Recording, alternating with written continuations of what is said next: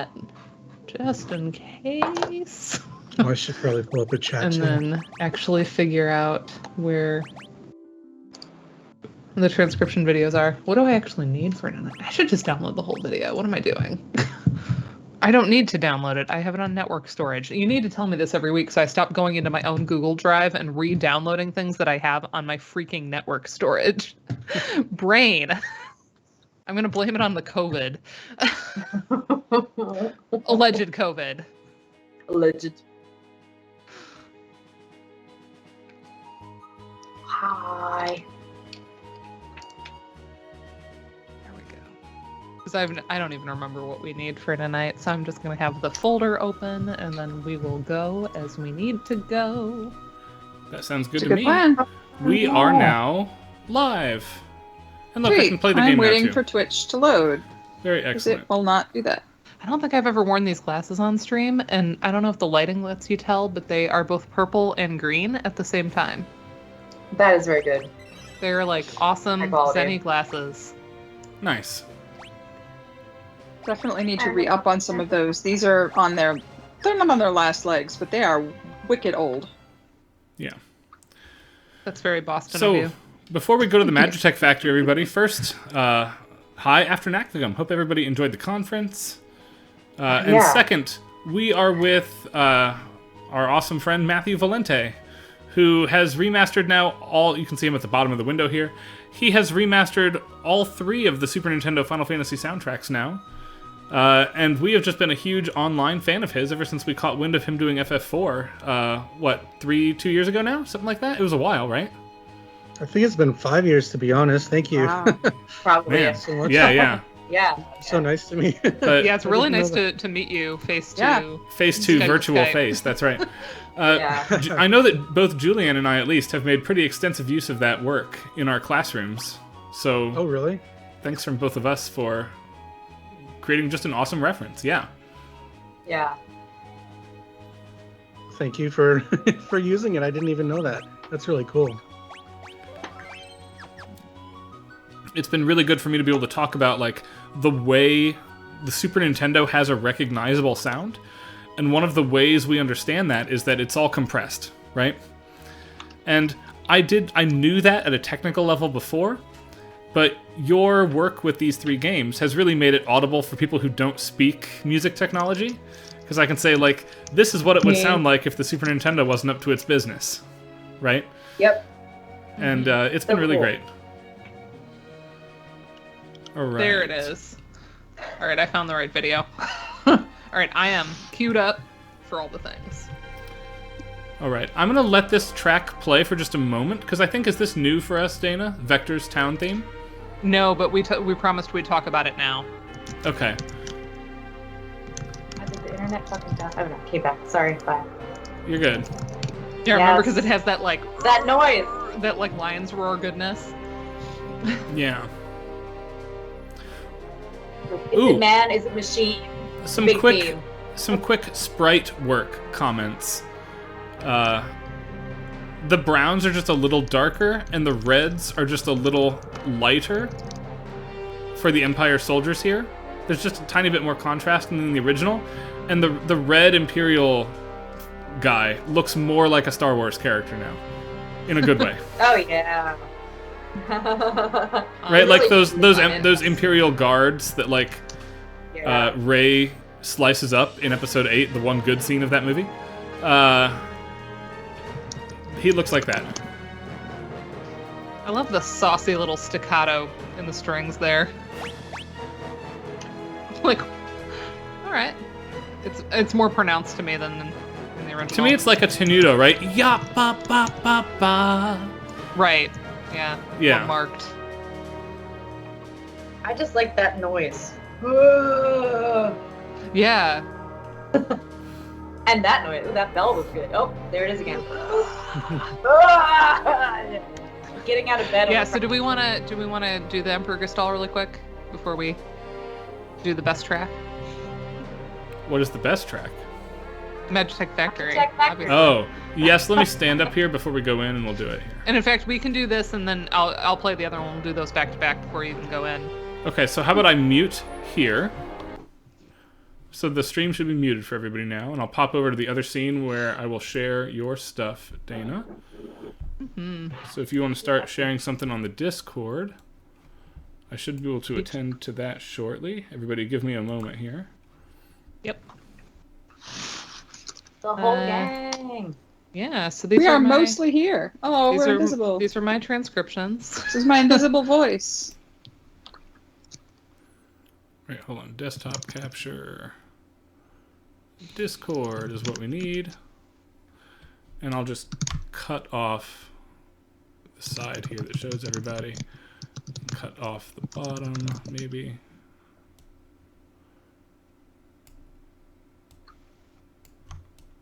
All right. Dana, anytime. I'm sharing. Yeah, but you are not playing it yet, is what I'm saying. Oh, okay. I wasn't sure where we were at.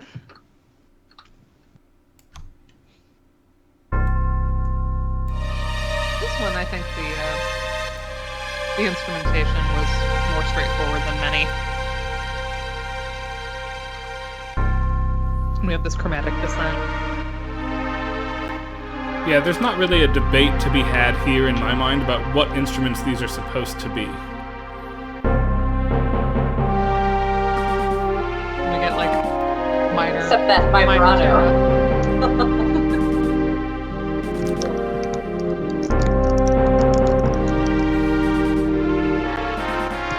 That's a drum for sure.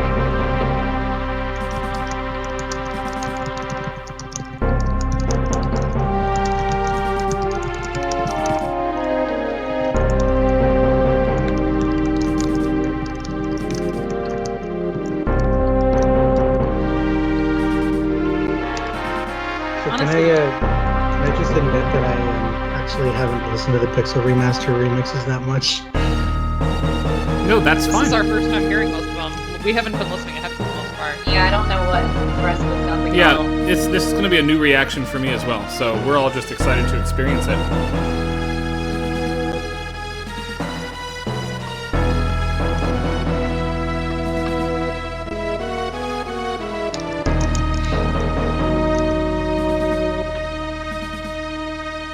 All right, and Dana, I think that's the loop point. Yep, that is the loop point. Hence Right. my repeat sign. And then let's listen to the factory. Is it it's just called Magitech Factory, isn't it? It is just called Magitech Factory, the original, yeah. No, it's called Devil's Lab. Oh, yes, that's I right. had an argument with this with somebody. Apparently, it was originally called Devil's Lab, and then they changed the name of the GBA version going forward. Oh, really? Is that a self-censorship issue because they don't want the word devil in the soundtrack? It's gotta be. That's the Yeah, only thing yeah. I can think of. It's pretty neat. I just described it as found percussion, a la stomp. But it's definitely an anthem on the offbeat. Very stomp. Do you guys have any questions about where the original samples came from? It might be gibberish, but I know the answer. For this track, I think Why we we might. have you. Yeah. Also, notice how I have ascending ripping sound.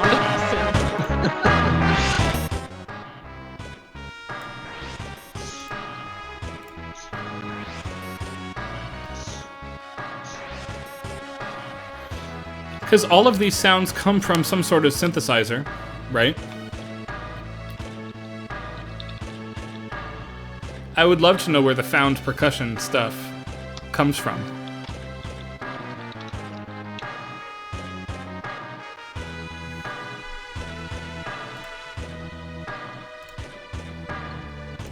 And then it loops. So good. Yeah.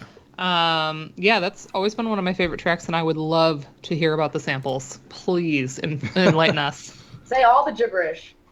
Say all the gibberish? Ready. Okay. I'm ready for it. I should ask, am I supposed to be able to hear it? Because I don't hear anything. It's not playing right now, but it should Okay. be now. There we go. Now I can hear it. Sorry, I had it muted for Dana's tracks. So this isn't Devil's Lab, is it? This is just... No, we haven't gotten there yet. Oh, okay. Oh, I didn't... Did you? Were you not Did you not switch to Dana's screen to listen to the original with the transcriptions? Matthew might not have on the Discord. Yeah. Okay. So I got to do that then. Yeah, for the next time we do the original Yeah, sheet really music. appreciate Dana it. just Yeah, played the for a Super while. Nintendo stuff. For a Okay. while, we had Ryan playing them, but it was like too many hooks, so it kept Yeah, and I crashing remember the it stream. kind of kept crashing. Yo, hold on, I stepped forward. Let's take a quick listen here. What? I strongly suspected this track would be significantly altered. Yeah. And because of that, Dana, let's listen to this once through and go back to the 16-bit one, and then we'll have Matthew talk us through his version of it, if you can cue that up to share. This is like, oh my gosh, what's that group that always uses the Mannheim Steamroller, almost, synthesizers. I'm serious. It's interesting that they went with an analog trumpet. Do you know what this synthy sound reminds me of? Is like the Learning Company games in 1994.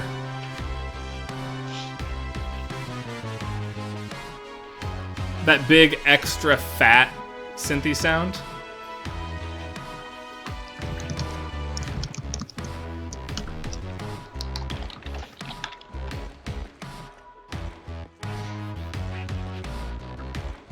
I like the little like it's not like record scratchy, but that little scratchy thing in there. Yeah. This sounds like a Sound Blaster to me, but I don't mean that as a compliment like I usually do.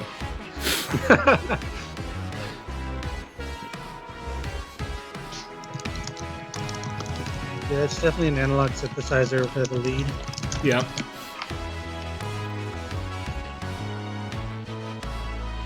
We are going to talk over this, yeah. We stop and listen when we really like it, and I don't, frankly. I haven't heard it yet!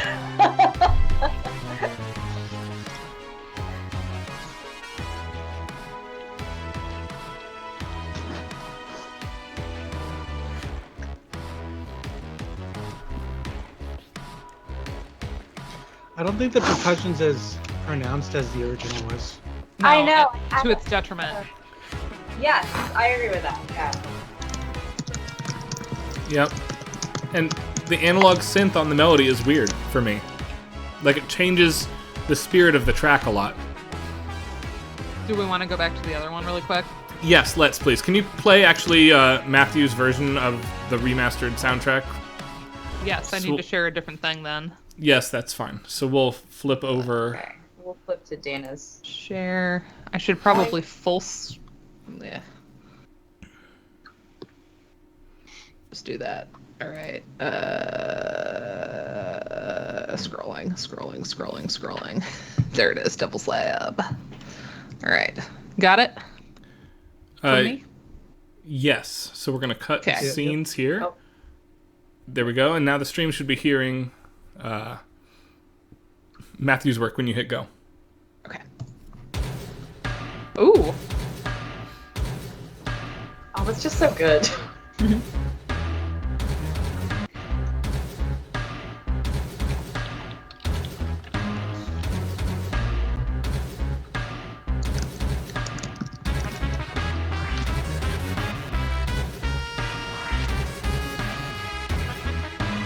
So you have no idea how hard it was to find that percussion.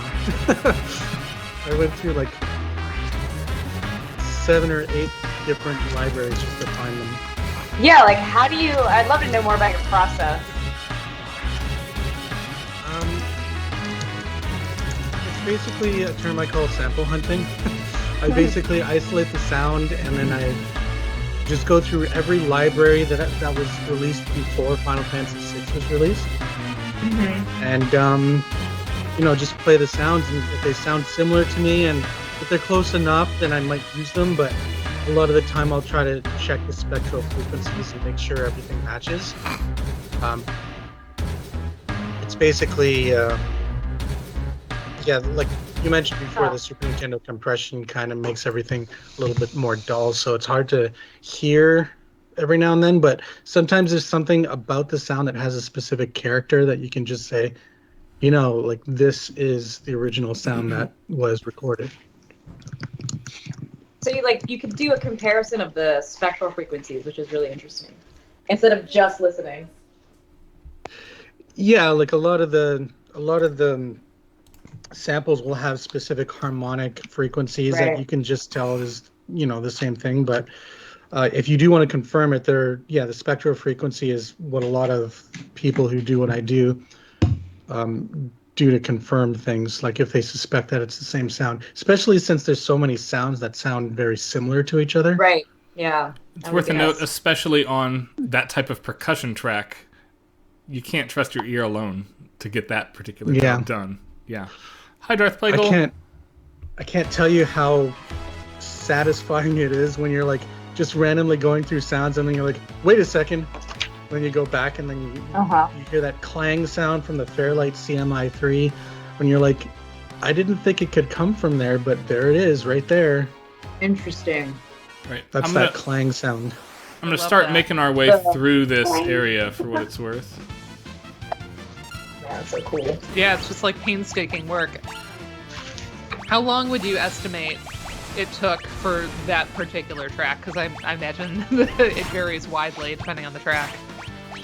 So it's interesting, the strings themselves were the hardest part about Final Fantasy VI's sounds, because we found the original pretty early on, but it didn't sound anything like it did in the Super Nintendo. So there was some obvious editing going on. Devil's Lab was one of the last ones I've done. I kept getting requests from everyone. When's Devil Lab? Like, when I find the samples, then I'll do it. I would say it literally took a good 6 months to find all the good samples for that. Wow. But that project has been going on. Actually, I was doing that project along with Chrono Trigger and Final Fantasy V ever since like April of last year, and then of course Pixel Remaster was announced. So I'm like, I guess I better stop sleeping on this stuff. I gotta get this stuff up because there's a Pixel Remaster. Yeah, it's incredible work. How many samples, like how many distinct samples are in this track? The original. So there's the regular kick drum from, and then the regular snare drum pitched down. There's the clang sound. Yeah. There's the metal dropping whatever sound it is. Right. Then the strings, and then there's the trumpet. So that's 6 right there. Synth bass. That's 7, and then you got the. It sounded like a little swoosh sound, so that's a sampled noise that the SPC 700 is streaming through its RAM, and then so I guess that is a sample, even though it's kind of being generated by the system. And then the little tone sound that's usually used for sound effects, used for the little the Wow, cool. Yeah. So. What's that, like 8 or 9 samples for that one track? What's like the average? I was gonna say that's not too many more than the number of channels, because there are definitely ones where Uematsu is like jumping between things on the same channel. Yeah, especially with some leads, because you'll hear that he'll jump from, say, an oboe to a flute to a French horn to a trumpet, especially in the ending. But sorry, what was the question before that? I guess what's the average like number of samples per track in Final Fantasy VI? I guess it depends on the kind of track. I would say about 6 or 7. Yeah. Strings are, of course, is mostly used. Trumpet is usually used for the lead. And then you got either a fingered bass or a synth bass. And then you got your drum tracks, which is, kick drum, snare drum, hi-hat closed, hi-hat open. Timpani, especially for the more orchestral sounds. But it's really interesting how some of them are used, because I don't know if you know a lot about the Super Nintendo hardware, but yes, you can use echo, which is what they call reverb, but there's no in-betweens with it. It's either on or off on a channel. So you can set reverb on, say, a string track, but you wouldn't normally set the reverb on, say, the percussion, because then it muddies up the blend. Right. For the bass, have the Yeah. interesting, because the timpani use echo only on the more symphonic tracks, I guess you could say. So the opera and the ending themes, symphony use the echo, but for most of the other tracks, you didn't turn it on for some reason. So if you have like a track that has a lot of things with the reverb on, is that how you get like the Hikori Kakuta Seiken Densetsu 3 style sound where everything just sounds like it's going on and on forever? Yeah, that's just reverb with or echo, I should say, or a delay. Sound engineers will know it as a delay effect with a lot of feedback. You got to be careful though, because especially with feedback and filters that the Super Nintendo uses, if it's not used properly, it distorts like crazy.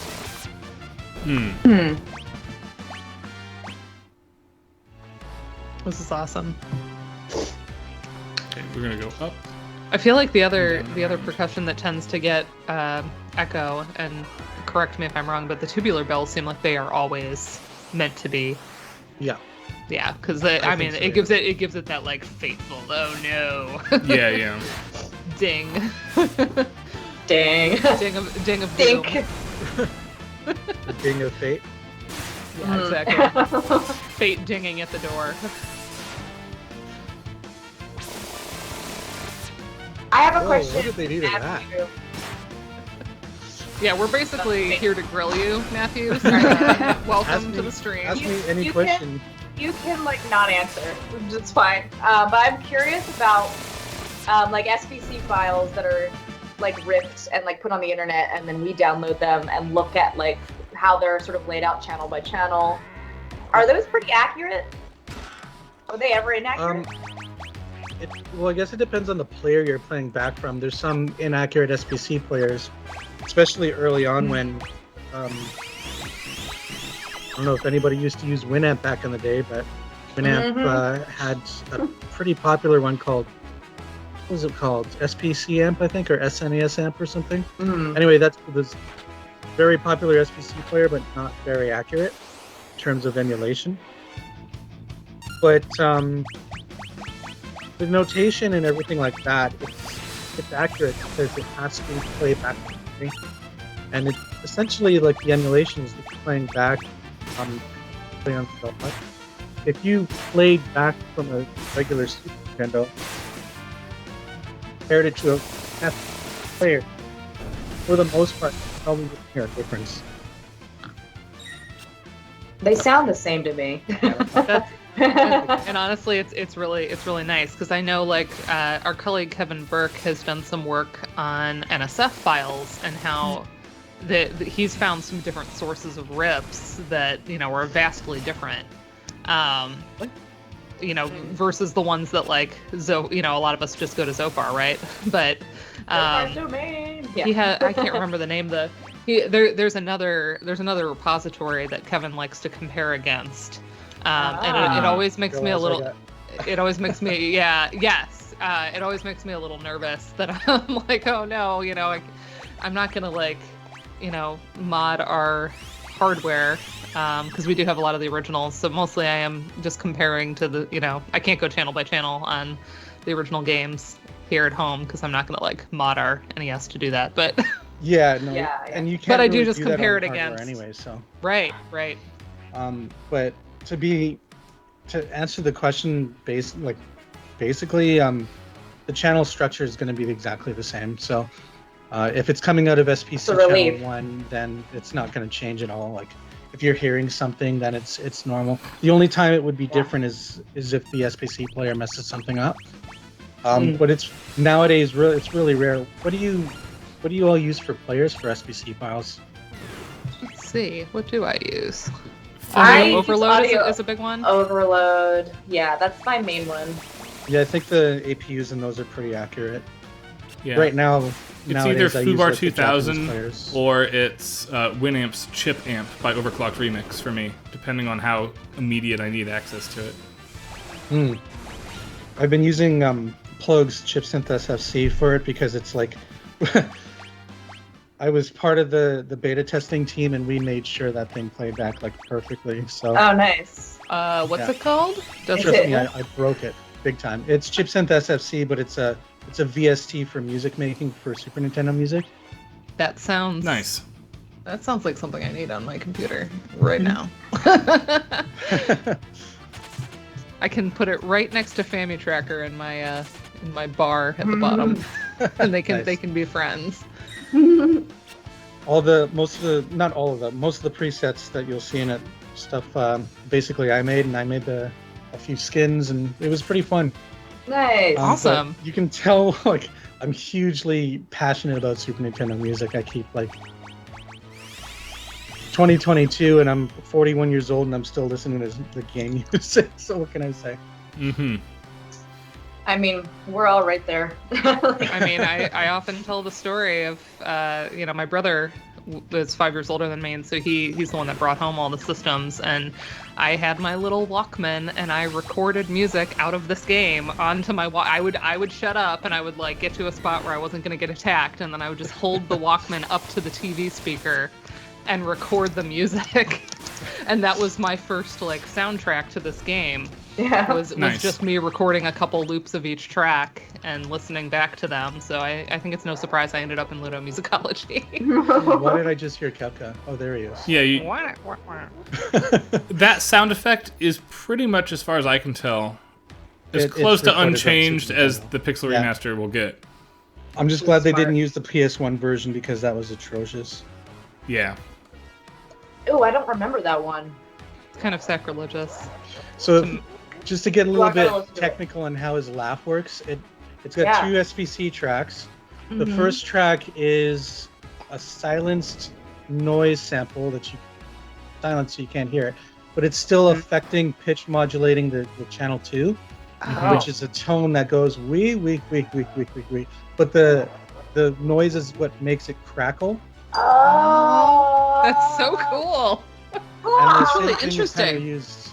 Yeah, I spent a good few nights analyzing some of the sound effects. I'm going to actually be making some Super Nintendo sound effects for some projects pretty soon, so I wanted to learn about all this stuff. Yeah. It's awesome. Oh, that's cool. You can recreate. So in make a different general, laugh. Oh my god. in general, the Kefka laugh was separate as a sound effect, but I noticed I transcribed Dancing Mad for my dissertation chapter on it, and one of the Dancing Mad tracks actually puts it in one of the SPC channels, like with the instruments. Yeah, I just thought that was an unusual moment because it I was would have unusual. have Did you notice expected that, that to be like just the sound effect getting pulled in, but instead it actually gets placed in the channel.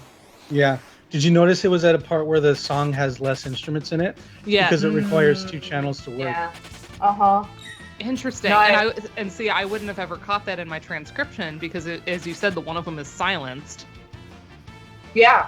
You Right. need special SPC players that show the registers so Right. that you can see that it's Oh doing my something. god. Yeah. Oh my gosh. I'm gonna go back and change all this So, for like, when I do my book. Phantom channel. Like, All right, yes. let me pull it up because I'm curious what Press back. Okay, oh my what god. other channel it's in. Let me look. So that's the same type of idea as, like, using a low frequency oscillator to modulate the tone of something, right? You Right. don't hear the source modulating tone, you hear the result, right? That's exactly it, yeah.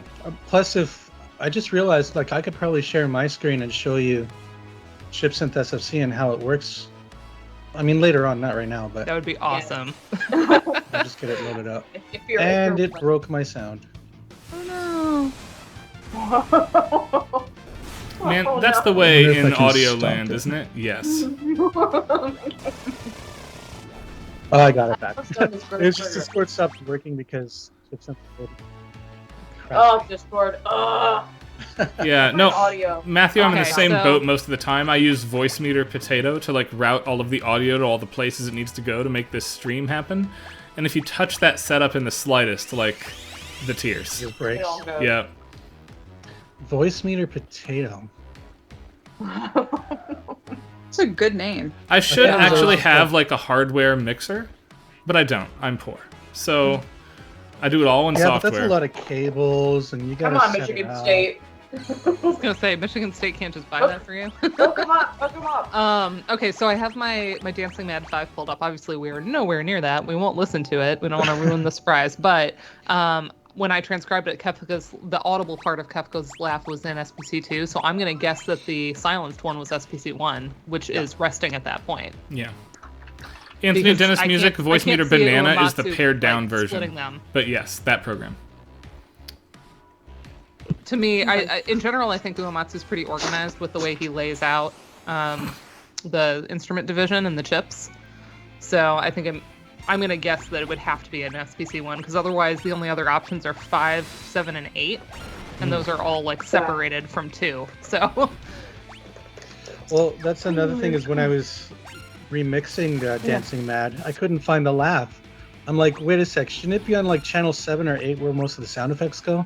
And then I realized if it's part of the music, then they wouldn't put it there. Because otherwise, let's say somebody uses a spell when Kefka's laughing, you wouldn't hear the laugh. Right. Yeah. yeah, Oh so it my was God. like intentionally foregrounded in the music. And And yeah, in the that's- hardware. And another Yeah. thing, do you And our all laptop suppose that sold. Uematsu actually programmed all the music, or did he get Minoru Akao to do it? The guy who programmed all the sound. that's a good question. I strongly never suspect really there's some talked about it. programming support for him, but he's also old school enough that, like, he's the only person listed in Final Fantasy 1. It's not like he's never programmed a game before, right? Yeah, he probably used MML or something. Yeah. Ryan, can I also MML? say that I'm impressed that you never got lost in this place? I tried to play this place like a week ago. Lost so hard. Like I could not figure out where to It go. is labyrinthine. It is. Ooh, we're going to get some shit posting in the chat, apparently. I'm here for it. Casuals get lost in the Check Factory. Yeah, I always got the sense it was, much more involvement until it wasn't. Like, until he's less credited and less prominent.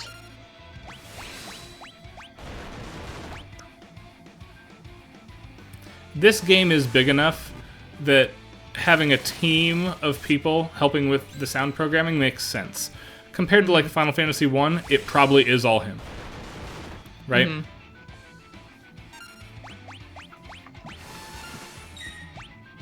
Oh right, I Yeah, can't that cast makes magic. sense. God, I'm bad at this. Okay. Here we go, it's done now. Yeah, Kefka The way they Lol. remix this song, it sounds kind of like an anime battle scene right now. I said Lindsay Sterling vibes with the violin, Exactly. It's definitely got that violin. That's which sort of is not a Japanese compliment coming from violin. me. I really like that boss battle music. Yeah, I just have No comment on Lindsay I'm Sterling. a violinist. I'm a violinist, so of course I hate Lindsay Sterling. I don't hate her. I don't hate her. I wish her well. She's earned a lot of money. I just don't prefer her sound. Let's put it that way. I'm not a fan of Edgar's spread, I just realized. I'm playing this on my streams too, and I had to patch all the old sprites in and everything. Edgar's sprite, I have said this almost every time we come on stream. Apologies, I'm saying Yeah. it again. He looks like Ramza from Final Fantasy Tactics now. Too blue, right? Correct, it's the coloring. The blue is not quite right. I like it. Like, the Sabin sprite is different, but there's not a problem with the way it's different. Right? The coloring is slightly changed. Not a big deal. Got Locke, really dark eyebrows. Locke again, there's a slight coloring difference that feels like we're gesturing towards not the cell phone version of the game, which sucked, but there's like a high quality sprite version that's hand drawn art for every sprite in Final Fantasy VI. Looks like we're borrowing from some of that color palette just a little bit. It's fine. Celis looks like Rosa, and I don't like it.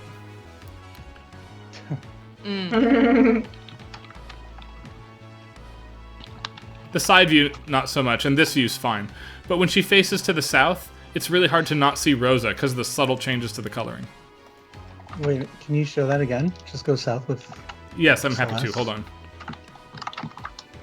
Oh yeah. I think it's the side hair thing going I think on. it is too, yeah. Hmm. Alright, we'll do Locke through this.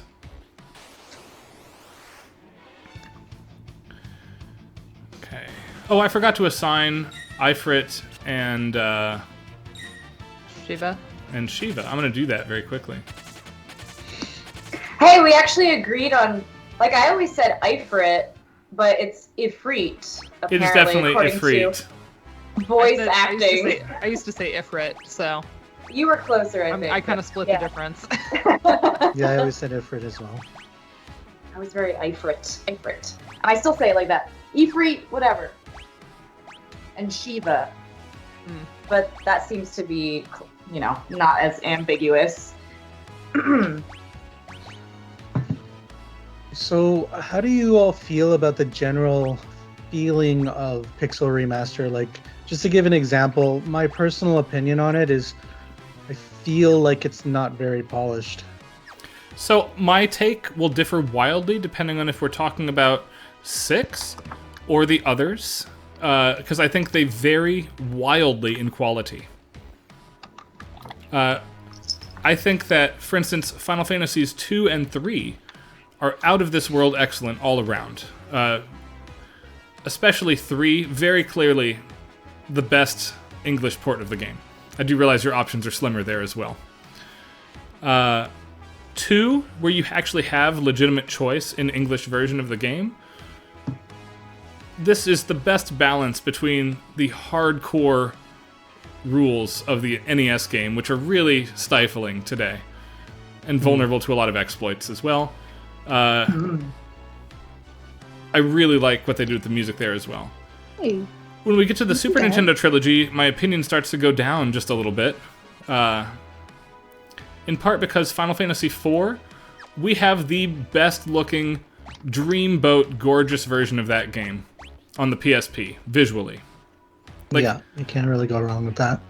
Now, sound-wise, I think these remixes are much better than what's on the PSP, but there's also a big departure from the originals that, for instance, Dana doesn't care for very much as an originalist here. Most of the time, anyway. Most of the time. When you get to Final Fantasy V, which is kind of the tech goal for all of these, I feel like they do some really cool things in the soundtrack for the new one, and some misfires. But on the whole, it's very good. I think on the whole, Final Fantasy VI has been the weakest of the 6 of them for me so far. Which is kind of too bad, because it's near the top of my list for all 14 games. But I do think this has been the weakest Pixel Remaster. Like, I don't know how it could be. It's already so good in its original form in terms of, I don't know, like, how could you So here's my take on it. You ready? improve upon it? In an attempt to unify all 6 games to look like each other, Final Fantasy V essentially stayed where it is, visually. There's been some touch-ups, but it's very, very close. Came to meet it. The earlier games all get technical improvements. And I'm not talking about subjective quality here. I'm talking about objectively, they gained complexity relative to their originals. That's true of 4 as Yes. well, which as a release title for Super Nintendo is much less complex than this is, right? If you try to unify all 6 games, I think ultimately you're bringing Final Fantasy VI down a little bit to make it fit a pattern. And like, why would you want to bring down at all a game in close conversation for the best game of all time?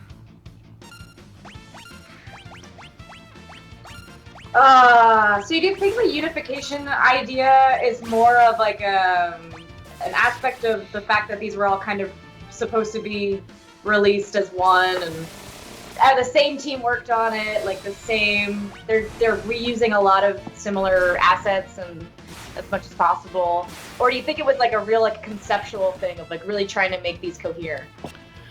I think if you listen to Alia's theme, I think it's actually Aria's theme in the new English version on Final Fantasy III, and you then listen to Lena's theme in Final Fantasy V, now that they have the exact same flute associated with them, and that you don't hear it as 2 different systems, it's really easy to think, oh, they're both the water character, holy cow, that's why that flute is there. Because flute characters have water, right? Or water characters have flute, rather. There's a lot of those type of moments that are cool across, especially the first 5 tracks. I really don't think they knew what to do, if I'm being honest, with Final Fantasy VI. right? There is a Which of all world. the ones to not know what to do. If you're gonna retouch Chrono Trigger, for instance, let's pretend we're gonna remake Chrono Trigger. You can do two things. Yes, please. You could either port it as is with the PlayStation cutscenes, and you get a high quality, near as exact port as a port can be that looks like the Nintendo DS version, which I will defend is quite good. Okay? Or you go all the way and give it the Final Fantasy VII Remake treatment. How good would Chrono Trigger look in the Dragon Quest XI anime engine? With Toriyama's You're art talking to input. somebody who used to work on Chrono Resurrection, so I can't really answer that question. I'm kind of biased because I did do a remake back in 2004. Yes. And in fact, the reason that I picture Chrono Trigger looking on the Dragon Quest engine specifically is because that is pretty close to the design goals of Chrono Resurrections, as far as visually what it would look like with today's technology. It'd be tremendous, right? Similarly, I think if you went all the way with Final Fantasy VI and did not try to unify it with the first 5 games, but instead, and even though I dunked on the opera scene for doing it poorly, I think there's a world in which this shows up on the Octopath Traveler engine and looks like $1 million, keeping as many of the original 2D art assets intact as possible. But you just like put on those filters for blurring the foreground and the background when you're not engaged with those layers, and you add the visual reflections and rays that Octopath has, and I think it could look really good. You're right. You could not port the exact art assets. You would have to redo it. Correct, but you could redo it in a style that would look very similar when you're looking at one 2D plane at a time. But yes, I'm aware that it's not just a cut and paste job. It is a serious amount of work. But it'd be worth doing, I think. You know, the trumpet for Devil's Lab in this new version kind of reminds me of like 70s, sci-fi TV show. 70s sci-fi TV show. Just with its analog brass. I Yeah, literally yeah. can't think of one other than Doctor Who. All right, Patrick, you got to link that in the chat. DM a mod, and they will link it for you. You can link. Ooh. You don't have links turned off, do you? I used to. I don't know if I still do. I They think- might I still think be you can- off. Well, we'll see. Yeah.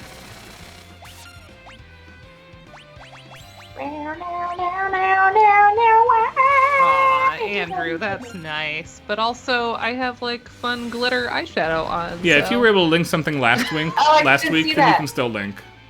Okay. Yeah, it's holographic glitter, which probably Oh, doesn't show up I on see stream. it. No, I had to look close too. I had to make my Skype screen real big. No, I really like it. Where did you get it? So it's actually a couple different layers. So I have on the Tarte chrome paint in Top Yacht, which is a really pretty chromy gold. And then a couple layers from just some like really cheap rainbow eyeshadow palettes to get the purples. And then the topper is Violet Voss's like glitter topper, which happens to be hollow. So I went all out. And all out for me means I took 5 minutes to do this instead of like 2. All right. Did anybody catch what I stole from that boss? No. Yeah, it's the Rune Blade. I was hoping for the Drainer early, but it's like a very low % roll, and I'm not willing to reload this game in front of you all to get it. In front of us all. That's right, because like, you would be, like, offended or what. No, whatever. I'm not doing that. Yeah, I don't think The Mary's nudity gonna of it all. eat sizzling bacon to cure the neck pain. Nice try, I don't- Amos. Yeah, I don't know that I want sizzling bacon applied directly to my neck. That sounds bad. I don't think that was my implication was that you would eat it and it would cure you, not that you would lay it on your neck. From the inside out. One of these things is better than the other. I don't know. Is it though? The pig is dead either way. Well, I mean, to my neck, maybe. Yeah, one of I them. don't really want to eat bacon, but I'd rather eat it than be burned by it. Yeah, that's true. Long live the yeah. pig. Oh, Yes. Here we it's true. go. That's relevant to this game. Yes, inside the neck. Yes, I will apply bacon to the inside of my neck. AKA my So I know it's faithful to the Amano artwork, but I always thought that Sid was like in a hot dog suit. Like the outfit is terrible. Yes. I knew Hot Dog Sid was gonna come back. I'm so excited. It reminds me hot of dog Sid. peanut butter jelly time. Yes, I absolutely. can get with that.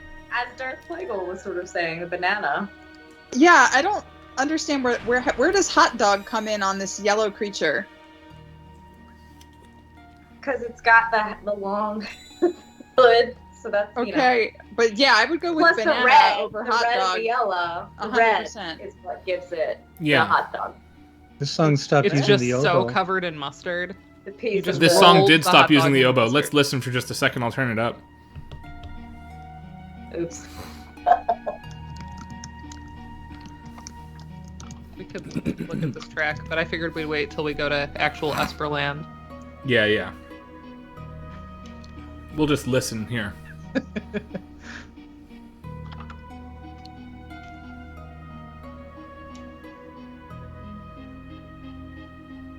It's just a flute that's playing with it. It definitely used to be an oboe for that descending line on the top. Mm-hmm.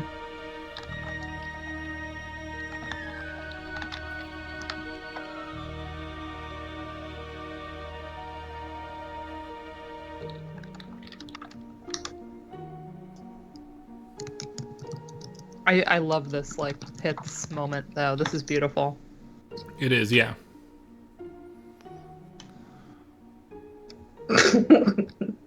Sorry.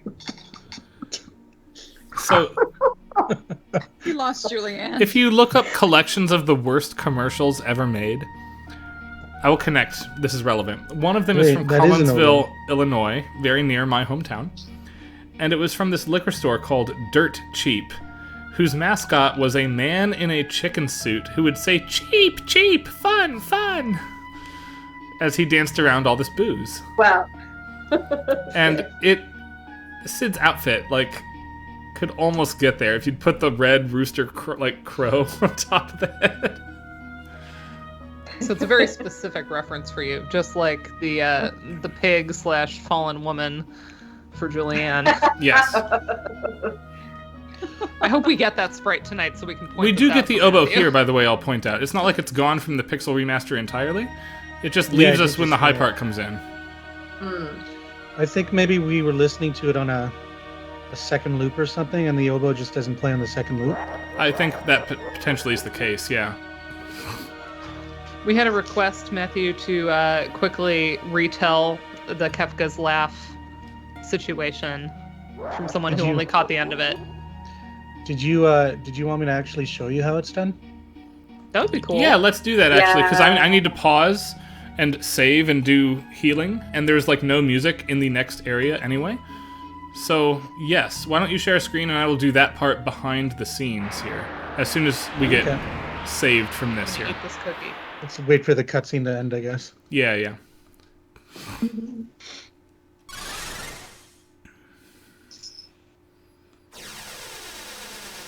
Weirdly, that visual effect is way less awesome here than it was on the Super Nintendo. And that's the first time I've said that about something that's clearly designed to be a visual effect. Usually they pump that up to 11 for these remasters. Right, like the mist and the water you've been very Yeah. happy Yeah. with. I think it's because it's not as low resolution as the original was. So the same effect looks worse against a high resolution sprite? I mean, that's possible. I guess it just kind of looks fake, more fake, because the effect itself is like higher resolution, right? Yeah. Kind of like a high resolution font on a pixelated background, like it doesn't really work. This sound is obnoxious. Yeah, I don't think this is a Super Nintendo sound. Nope. It's really badly looped too. Do you hear that clicking in it? Yeah.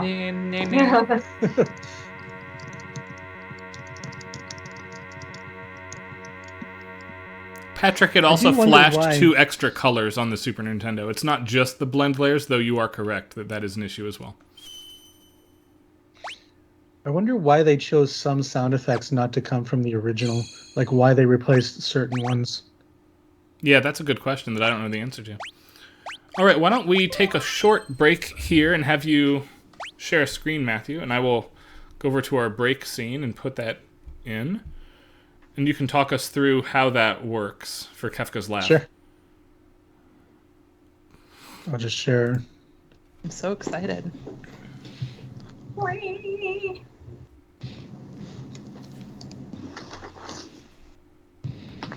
Yeah, despite the alleged COVID, I was like, I'm not missing tonight because I have too many questions for Matthew. Well, I'm available via the Twitters as well, so. The Can you guys Twitter. see this okay? Yeah. Yeah. Yeah, the stream can see it too. Go ahead. Just going to do an audio test really quick.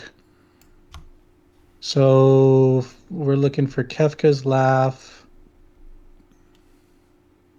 Oh, I thought it was there. That's all right. So we got wind here. Can you hear that? Yes, we can hear the wind. The Love that one. the concept is almost exactly the same. So you can see. Well, it just broke. Okay. So the difference here is you can see that the original sound, like this is a sampled noise. I'll just pull up the registers. See, it's moving up and down and up and down. And then you've got the second channel, which is the carrier channel. Mm-hmm. When you look, Oh my this god. is what it sounds like without pitch modulation, right? But now you got the noise from channel 3 modulated. It sounds like my baby waking up. That's why So we this love is a preset that came with Chipsynth SFC. I kind of made it because I wanted to mimic Kefka's Laugh, but basically same idea. We got let's shut off pitch modulation. So right, It's so cute. Oh man. and then we got the noise here, which you can't hear because the volume is 0, but it's still modulating channel 2. So now we got, whoops, I turned on the wrong one. Okay, pitch modulation is on. We'll hear now. Or something So similar. cool. And Chrono Trigger used that sound effect a lot too. Well, that style of sound effect a lot too for, for like a lot of attacks or weapons or. Yeah. Right, a lot of those Yeah. weird echoing Wow, sound how effects and triggery. shrieking sounds. And like the So there was. colonial fair guy. Man, There it is.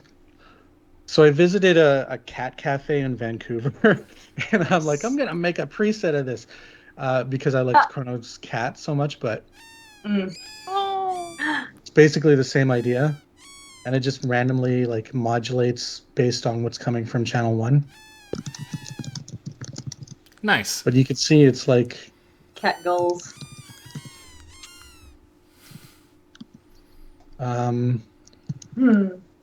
Yeah, so we got channel 1, which is got the noise or something, but it's got no volume on it. But if I turn it on, the volume, you'll hear it.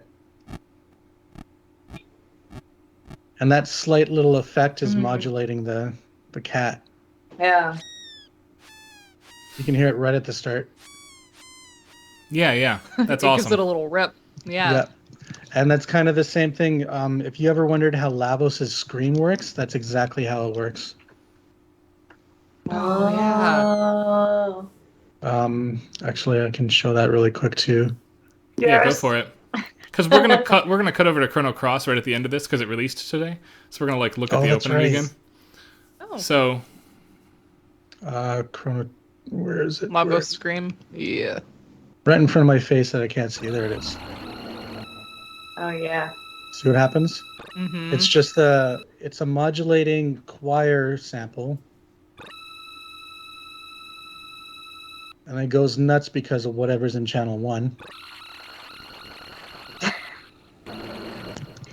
Wow. Same with this.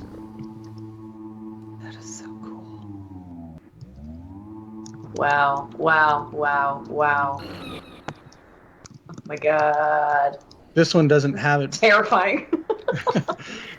So this one doesn't have the sound zeroed out, so you can Right. hear it, but it's still modulating 6.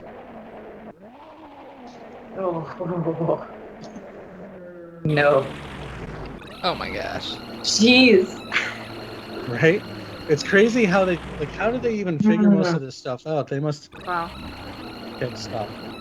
This is why when people go on about limitations in early game audio, I just want to flip a freaking table. Because, like, look at the things But that they this is figured out how to so. do. This is a Yeah. very analog technique, though, right? Has anybody ever worked on the call right now with an analog synth patch bay? No, Right, of like course literally, you wire one thing into another thing, right? Yeah.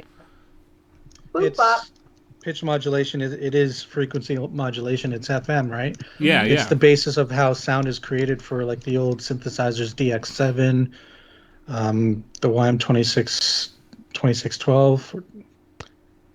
It's actually Genesis's soundtrack or sound Yeah, chip rather. yeah.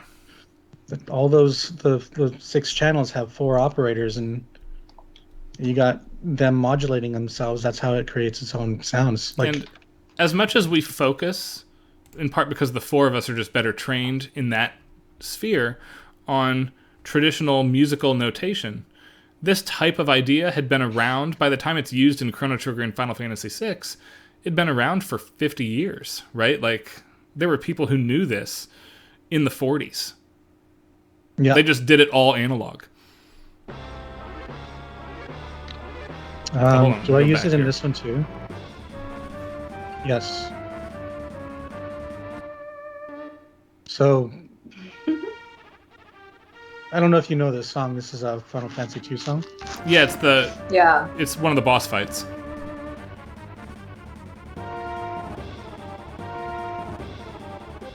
Okay, it's only at that part of the song, but it like you can use 2 leads modulating each other. It thickens the sound up, right? Yeah. And it's done. This was a bit of it, so. But yeah, it's. I love the Final Fantasy VI sound. And actually, one of my projects was to do a bunch of remixes from all the other Final Fantasies in 6 style, right? So Yeah, which I think is so cool.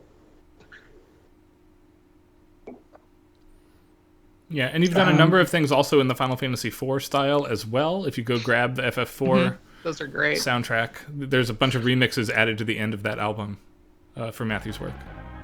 this was an original song that was done in Final Fantasy IV style. Mark, likewise, made this song. And I basically, well, he did the first part of the song, and I kind of made the second part. Where he's like, "Hey, can you make this sound like more like Uematsu?" And I'm like, "Let me just get at that." And because I've listened to this music so much that I'm really good at faking the Super Nintendo sound before I started actually making it on the Super Nintendo. But you can hear that it's like got Uematsu style attached to it. And then I'm like, I gotta throw in the. There you go. Yeah, nice. You're like, quote. that's how you know it's 4. Oh, I love But- it. Besides that It's exact the bass. Super Nintendo sound to me is like with that echo attached to that tone of the trumpet. Kind of sounds like it's a phasing effect, right? Mm-hmm. That to me is the Super Nintendo sound because you could technically make the Super Nintendo sound like anything if there's enough RAM for it. Right, because you can only load so many samples at once to do whatever modulation you need to do. Yeah, exactly. Right. In the spirit of Chrono Cross. Yeah. So Oh, you can make a Chrono Cross song sound like Chrono Trigger. but here's the thing. This is what I want. particular track already sounds like it's from a Super Nintendo game for a different reason, right?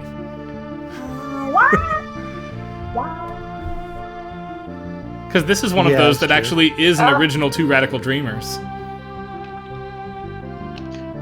But this was never in Radical Dreamers though, because Radical Dreamers. I would take a Chrono Cross demake in where it's just made into like the Chrono Trigger. Right, no, Super that Nintendo melody has style. it higher. That particular version of it is definitely from Chrono Cross. That arrangement, orchestrally, Yeah. right? Yeah. So just using the samples from Radical Dreamers, This is cool. you got a Chrono Trigger style version of this song, right? So I made this like way back in the day, and I'm like, Mitsuda, notice me. Notice me, senpai. But I never finished this one. I should have finished it. Honestly, saying "Notice Me, Senpai" with this track playing in the back is kind of perfect for an anime. Exactly. If only Senpai would notice me. Oh, that was Says the kind person of- that's always complaining about the folks I took Japanese with. I'm 100% down for a Chrono Cross demake, incidentally. Yes, that'd be pretty cool. you and yeah. I would be like all over that for probably the same reasons. Yeah. Are we ready to get Anyway, out of so this I can- mine shaft here? I'm gonna stop streaming. Is that a metaphor or? I was gonna say that's a very personal question. All right, did I actually save? I can't tell. Let's do it. I save now. Okay. Oh gosh, yeah, there's some weird stuff in anime. Yep. If only Senpai knew That's how true. much of his hair I've collected and shaped into a doll. Dear. Oh man. Yikes all around. That's what that is. All right. You know, Joe's had to be really careful introducing me to anime because I was so allergic to it from undergrad. I just had so many bad experiences in a row. Oh, yeah, And, yeah. You know, I think a lot of folks assume that like that was a part of my life and that's why I minored in Japanese, and that is it was just I wanted a language that had like a non-Western alphabet. And so I flipped a coin between Russian and Japanese. Like that was why. Hey, look at the visuals here. They should have updated this. And they did significantly. Oh. Check this out. Oh, Hey, the frame rate's larger than 5 frames per second now. As is the viewing distance, right?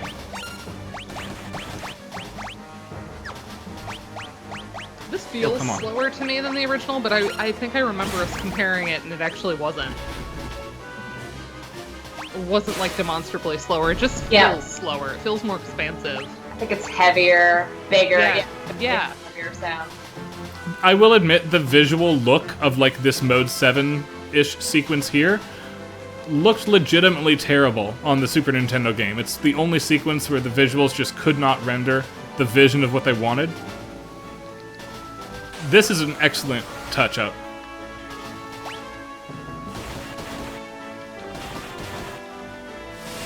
Have the trumpet pop a little more right there. Like this is too nice of an orchestration for the save them. I was I gonna say agree. this song doesn't sound like intense enough. It needs more punch. Yeah, A they're all little just like, more articulate, and yeah, a little lighter to not make it so like feels a little ponderous. Yeah. Like this needs to be an action track. There's an exclamation point in the track title.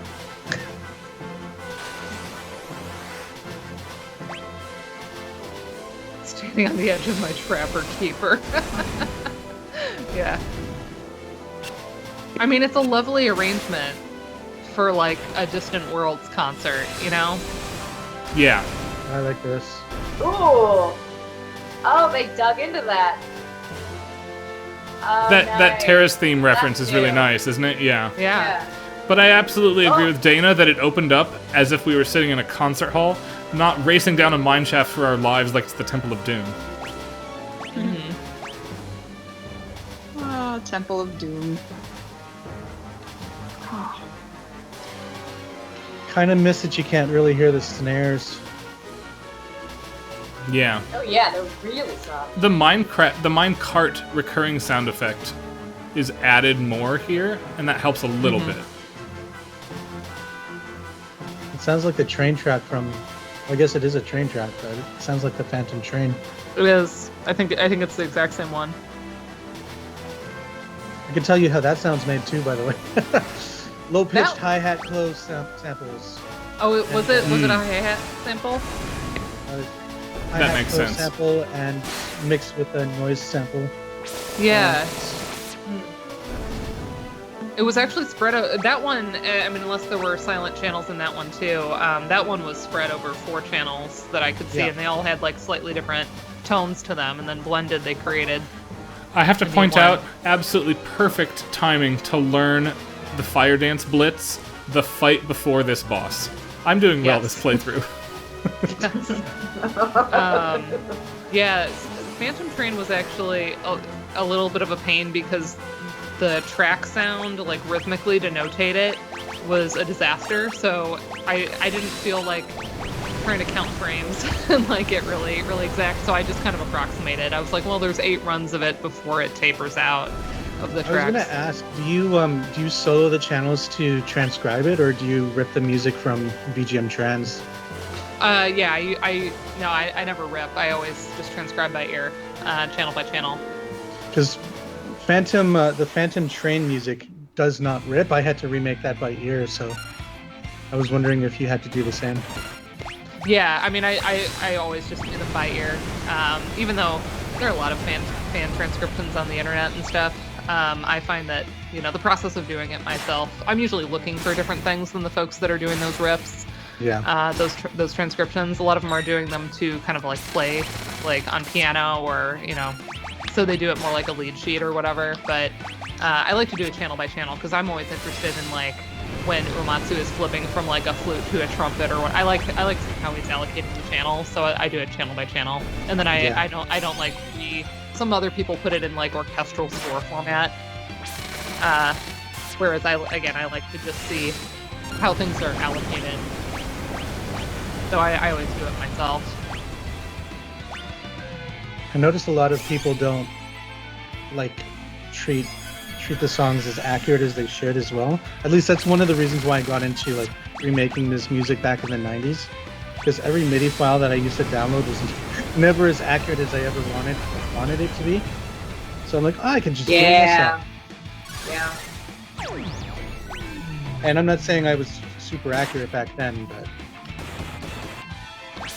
Yeah, I don't know, maybe I was I didn't even download minis. I actually had a high school boyfriend that for some, 6-month anniversary, which feels big when you're that age, he gave me the original soundtrack to Final Fantasy VI.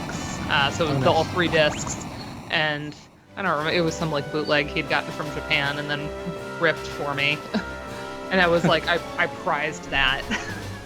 And then he did the same thing with Chrono Trigger later on, and so I had both of those soundtracks, and I would listen to them constantly. The original sound versions. The original sound versions. Nothing else ever. I didn't like any MIDIs. I didn't like any remixes. I was very, very particular about it.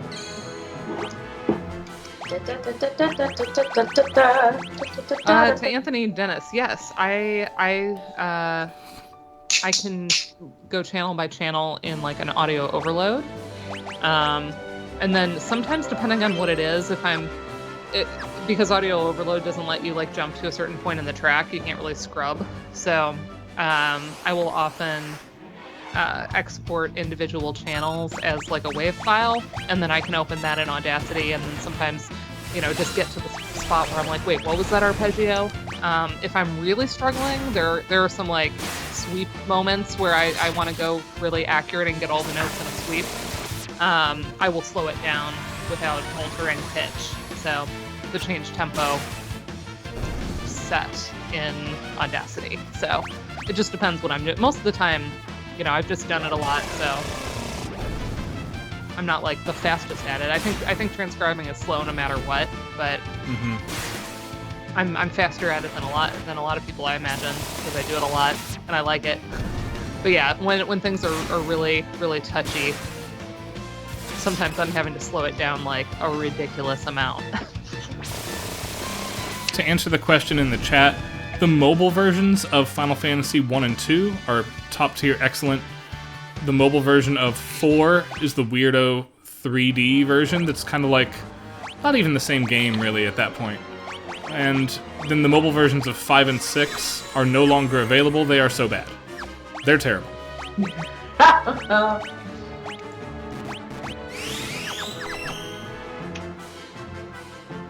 Julianne and I, very on top of it. Oh, sorry. Yeah, we both love audio overload. I've always been a fan because you can do so many different file types in it, so it's a nice like all around player. Yeah, Darth Plagueis, correct. That is the reaction to the cell phone version of FF6. Oh no. Yeah, I never even played that. I had a feeling I wasn't gonna like. One of the benefits I will say to these Pixel Remastered editions of the game is that they're all made in Unity, which means over the long haul, they're all going to be moddable by cool, invested fans in ways the originals were never able to do. And I say that as somebody who's dug pretty deeply into fan mods of the original Super Nintendo games anyway. The potential for these are super high.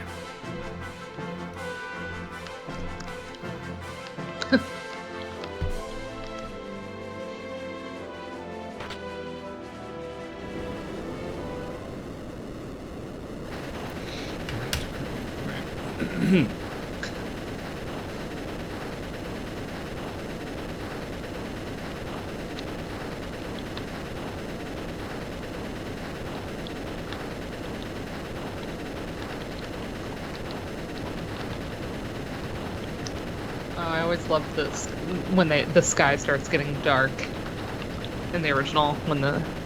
I can't wait to see how they do this. I don't like the look. Oh yeah, it's so ominous.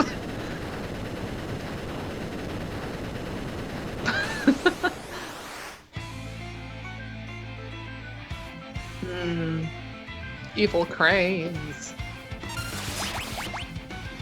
Yeah, the AI script for I remember us talking about this when we played this originally, that the AI script for these guys is ridiculous, because, I mean,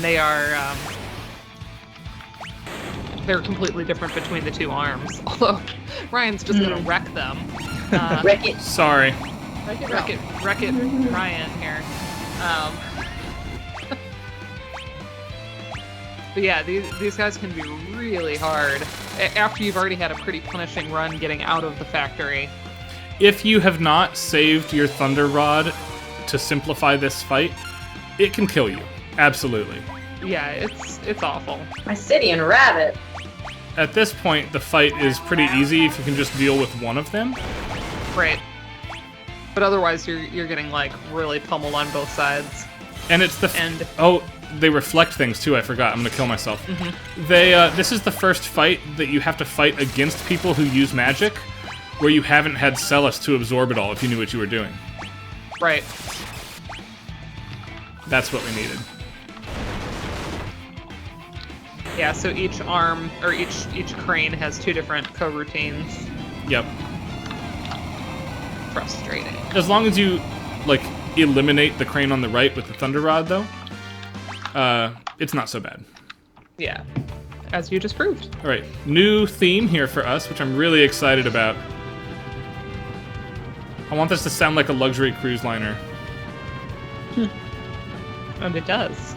I think it's doing good. Sounds pretty faithful so far. Yeah.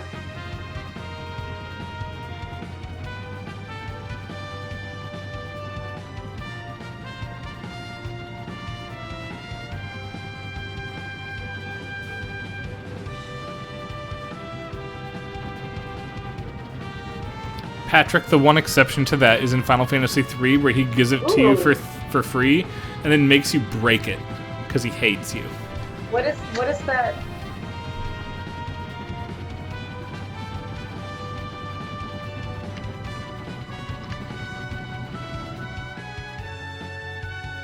Was that just a flute or a string? I couldn't hear that.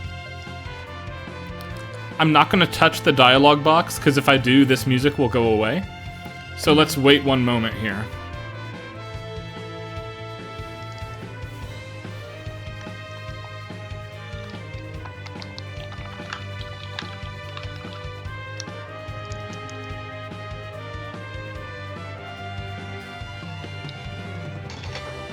Ooh. Ooh. Whoa, what's that? It's the whistle. Okay. I was gonna say it sounds whistly. Do you know what it sounds like to me? Is like Theremin. theremin. It sounds Yeah. like Dr. It's a theremin Yeah. for sure. that's what I was hearing on the first one, but I couldn't place it. It does sound like Doctor Who, just a little bit, as a result. It feels 70s. Or Perfect. Star Trek, like early Star Trek. Yeah. Yeah. This is Star Trek. This is Star Trek now. It is. It's totally Star Trek. Oh my god. That was cute. I love this now. Like, I always thought this track was cheesy, and they just leaned right into it, and it works. So glad they did. We're gonna loop right here, though. Surely, there's not been extended it past this.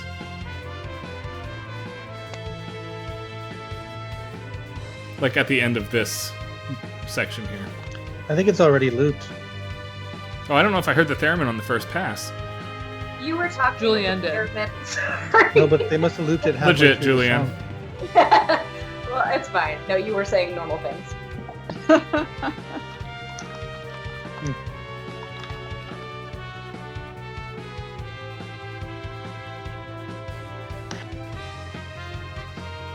Yeah, it's you get the definitely theremin every other loop, right? Because here it's not present. I think so. Yeah. But the theremin's only for the first half of the song before it hits the bridge. Yes. That's why I think it looped halfway through. Yeah. Maybe a... There we go. Oh, there it is. Yeah. Because this is an definitely. AAB song format, right? So the second A gets the theremin. It definitely has Star Trek original series vibe right there. That's excellent. That's cool. All right. Tara's got the angry eyebrow. Oh, She's been God. stuck in that position for like Angry eyebrows. days. Angry months. eyebrows. Consummate bees. Consummate feet. Tractor. She did burninate a lot of things on the way over here. Now, is this Yeah. where we have the big long flashback, or is that later? It's later. We have the big long one. Okay. No, it's here, right? I'm happy Yeah. to We did Yeah, it's have here. one up though. Whenever. Do you want to toss this up on the Yeah, original? let me do that. Yeah, let's do it. I'm gonna mute FF6 Pixel Remaster and jump over to that scene, Dana. 1 sec. Share the right thing. There it be. Right. Yes, we got it. All right. Another World of Beasts. Switching Which- over to Dana. I didn't have a good because I only used the battle backgrounds, so I picked Right. just a generic cave because I'm thinking of other scenes with espers and caves later on. So, anyway, I thought a lot about the backgrounds for the videos.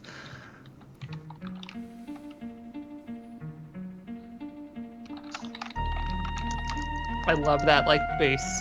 Wow.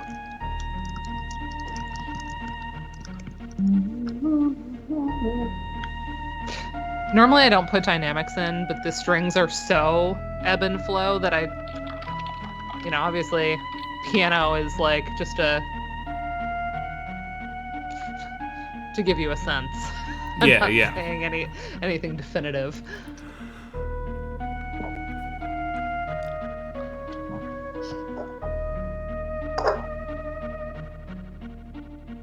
Also, I love that this one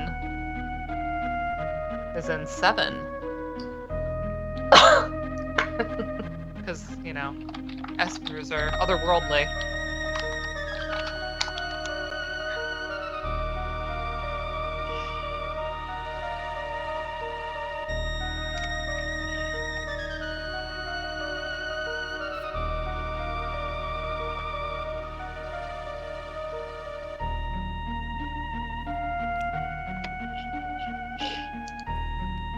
Yeah, 7/8 is fun. So again, nothing instrumentally is too big of a head scratcher here, but I do love that moment. Let me just jump ahead a little bit to when it does Yeah. the thing again. I love the reverby piano where it just alternates between 1 and 2 to give that kind of like we always call it bariolage, quasi Yeah. bariolage. Yeah. It does the alternating against the lower note. Yeah. Which, you know, if it were a transcription for somebody to play, they would probably do it in one hand, and just let the echo be the natural echo of the instrument. But here we wanted it to sustain, so that's why it's not just like a 16th note thing in one channel. So Yeah. All right. I don't remember if this was one of the synth-based tracks where they had an attack on it, or if it was just like sharp start. I know that some of the songs had a bit of a slow attack on the synth bass. Let's hear what they do with it here. Yeah, I have to think about which ones those are because I don't know. Feels more slappy when it's. I feel like this one's Sharp. one of the softer ones, but it's been several weeks since I did this transcription, so. Except Actually, for I the can just quality look at it of the right now. I mean, you flute could obviously come up with playing the answer. here.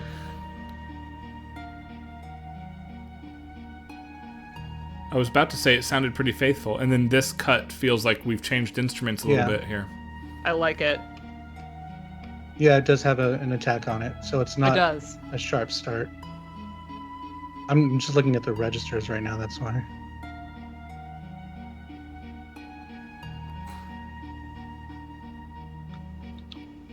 Yeah, some of the synth basses have a really like warm, rounded sound. That sound was hard to find too, actually. I think somebody named Nintendo Guru found it on an old Roland sample CD called Club 50. That's so fun. It's like it's called Moog 6, I think it was called Moog 6. I'd have to look at my project file again just to double check, but Moog Final Fantasy VI.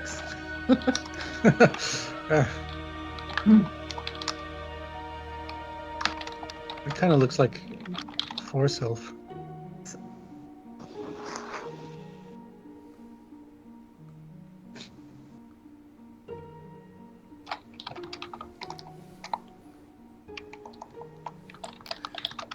The reverb on the pizzicato melody there, when in equal reverb is not on the arpeggio, gives that a very otherworldly sound to me. Yeah, it actually works for once. I don't know if anybody notices, but there's like a bandpass filter on the strings. They sound like SNESy. And maybe Snessy. that's what I'm hearing. Nessie. Does he have sunglasses on? Or were those wings? What did I Those are wings. Those are. Oh wait, look No, at I his can't unsee eyebrows. it. I don't remember his eyebrows being that sassy. No, me neither. Really gives you a connection to Tara with the way that her eyebrows have been stuck. Yeah, that bed. sassy Esper eyebrows. I need that thing to turn around so I can see his sunglasses. He's not wearing sunglasses. I can't read sprites. I'm illiterate. Unfortunately, he turns the wrong way for you. I don't think you Oh, can the talk to wrong him through way. the I'll get phone. him to turn around eventually. Hold on. Thanks. See, I used to wander through all of like the little lettuce patches here and not want to leave Yeah. because I was like, Esper World looks great. Yeah, I was like, how do I explore this entire world as if it's a third world? All right, you guys, this is where we get a little PG-13 on the stream. Yeah. This is also, you notice that like the lighting effect under Maduin's feet right now is very clearly a modern graphical effect and not something Yeah. attempting to emulate a Super Nintendo. Like, it's just We had sparkles, but yeah, they didn't like flash like this. right. Oh goodness. Yeah, so we're dancing. Yep. What? How do we know that That's Esper and a human can't be together? Let's try it. And then we Yeah. get.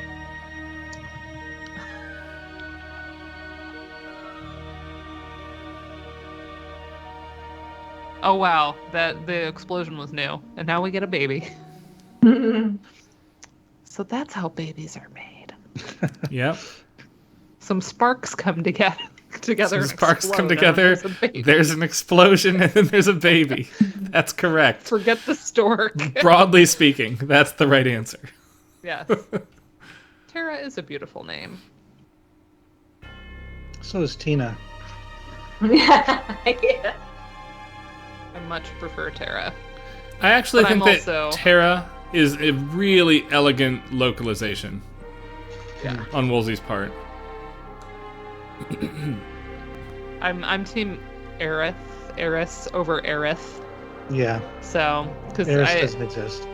yeah, It's always Aerith. I didn't do the TH. I was not a fan, and it wasn't just because obviously I played the version that had Eris. I think it's elegant. You know, sounding like an heiress inheriting something. it kind of underscores her importance. Bumpin' Sparkies. Wow. Oh no. Oh, goodness. Why'd I have to say that out loud? Wow, we are getting PG-13 in the chat up in here. It's okay.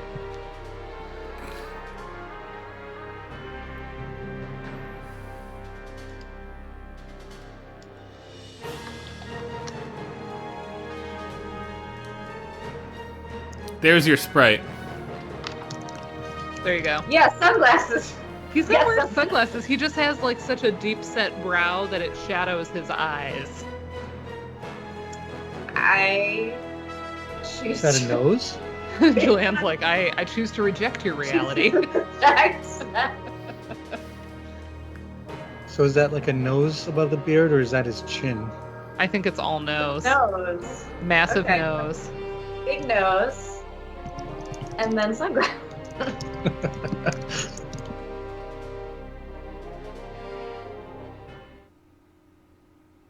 Ooh, did the music cut there in the original? Yes, I think so. Yeah, because Yeah, because it cuts to the new track. Okay. they're like, oh, crap, the Empire's knocking at the door. And so hence we get the Imperial theme here. One of them. Yep.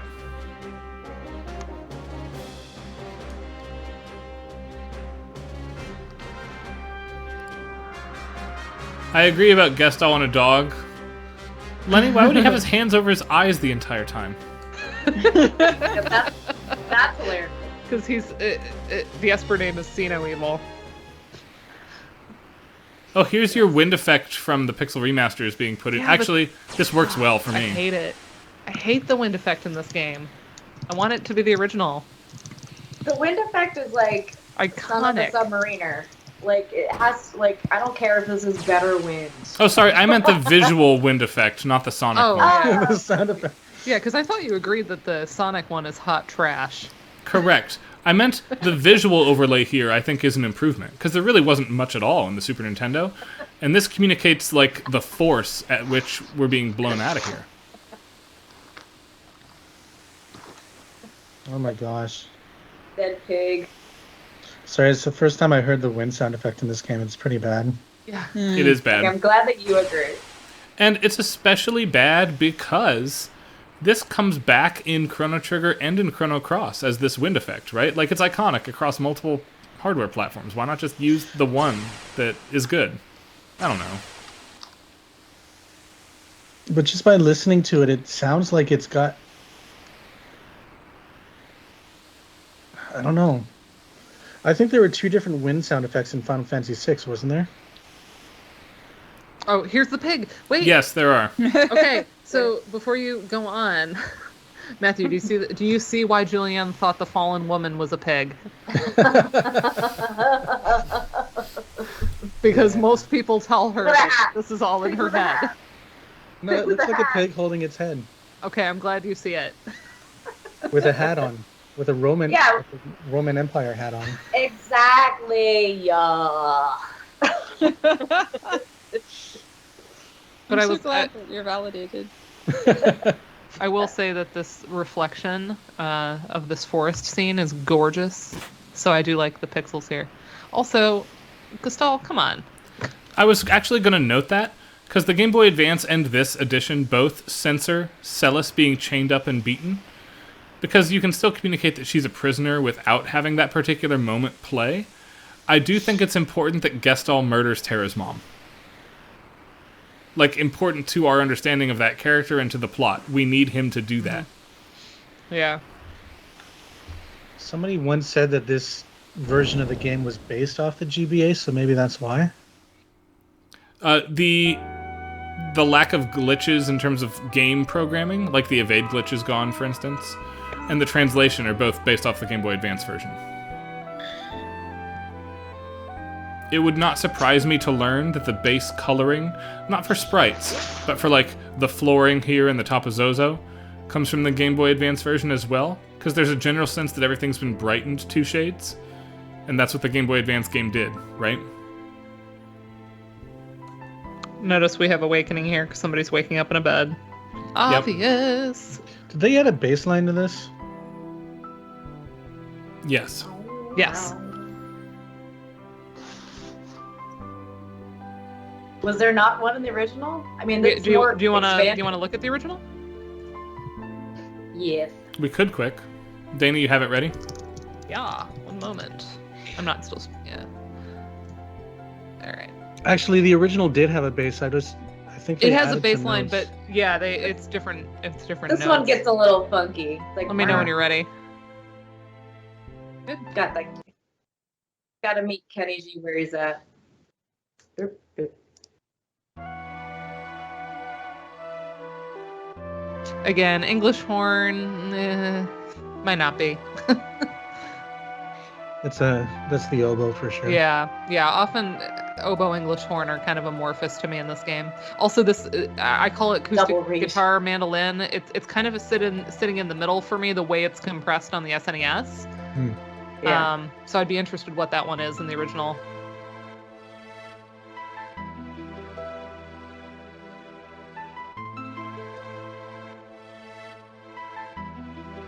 Yeah, but it's not doing no.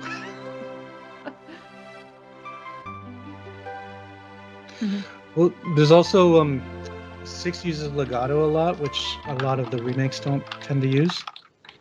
All right, and then if I reshare to Synthetic Origins, go live, and then jump to Awakening, which is right at the beginning. Here we go.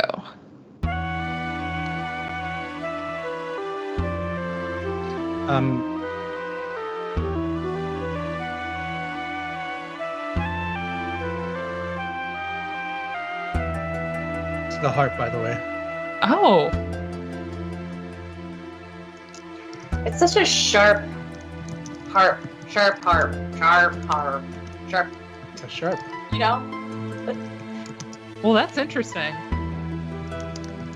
It does feel like the timbre in the original compressed version changes the timbre at that moment, or I might be imagining that because I read it in the transcription. Well, it could be because the original is outputting at 32 hertz or kilohertz rather, and you got a lot of notes playing at like all the strings playing at the same time, so they could be muddying up the sound. Okay, one more before we jump back. I want to hear Tara's theme because that's another one where That's a Bouzouki or something. I don't know if I said that right. So what is that? Bouzouki? The sample name is called a Bouzouki or something. I don't know. It's like a guitar kind of instrument. Okay, yeah, because to me it sounds like especially Bouzouki compressed. or something. It kind of sounds yeah, halfway Bouzouki. between like an acoustic guitar and a mandolin, so that Yeah. makes sense then. Great. Okay, Yeah, it's mandolin but lower. yeah, I'm really glad to have There that. you go. That one's been bugging me for a long time. So cool. Questions? Plus Answers? instrument. Yeah, please. Yep. Bouzouki.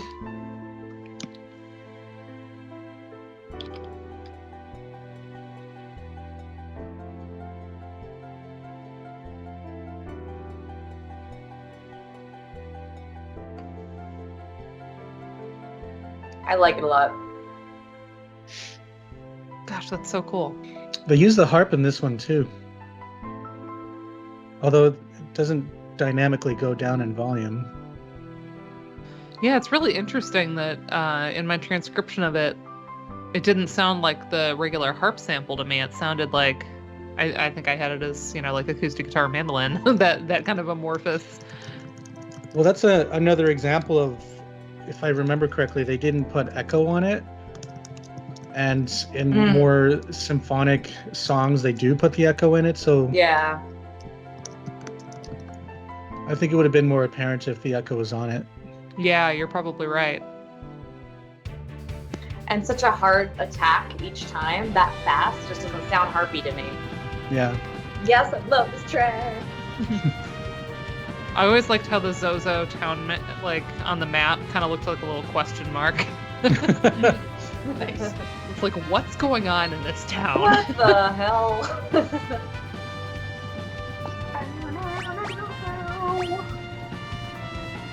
And we don't get to hear Zozo on that trip unless we, like, specifically go back. Which is too bad. You did forget to ask me to transcribe this. I absolutely can. I mean, it's not like we won't hear this again in the future. Yeah, there's a new sprite.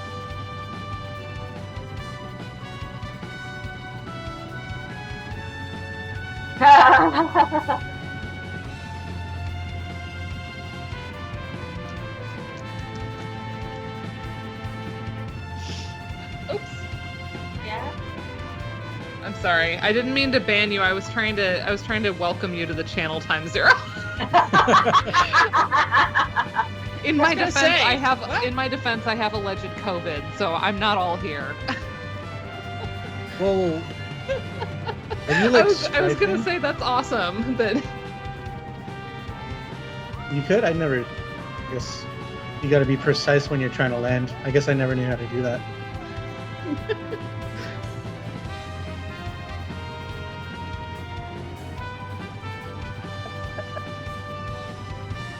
But can you barrel roll? Yeah, it's pretty bad.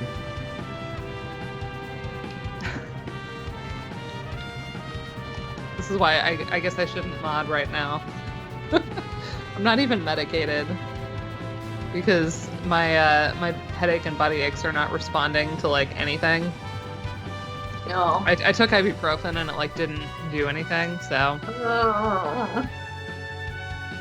I decided let's not clutter up and medicate more if it's not really doing much. Did we get a new track in here? I don't remember. Is that Narsh?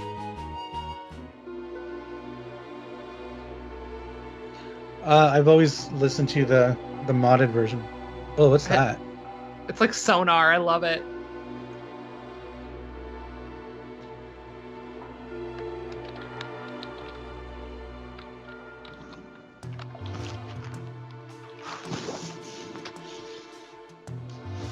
So they're using a drum instead of a walk sound and a clang instead of a breath sound.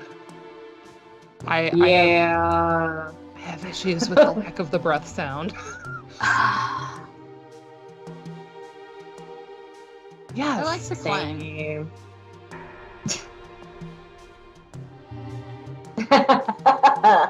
There's two best parts. They're similar. It's weird that they got a percussion track there.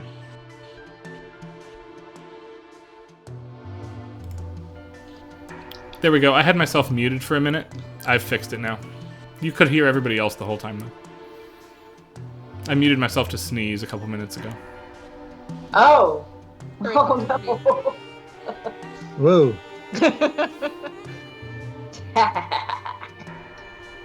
We're going Chrono Trigger here. This actually sounds like the underground, The sewer in the future.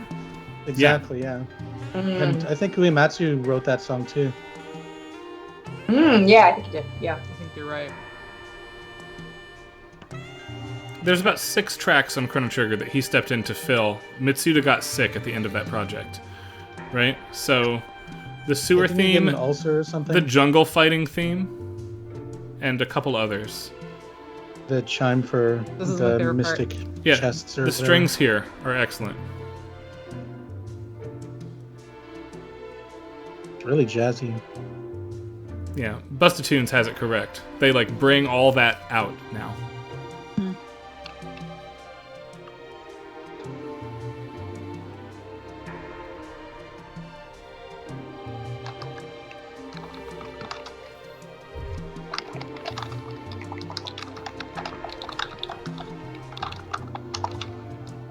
And there's your loop point, I think.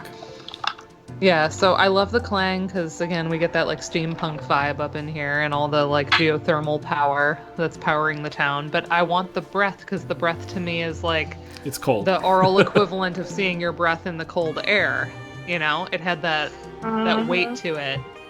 So I know I say that every time we come back here, but In the beta version of the remix that I made for it, I used the sound unmodified, and the original sound that breath came from has like a weird high-pitched clingy sound to it, or tinkle sound to it. It's hard to describe without actually playing it for you.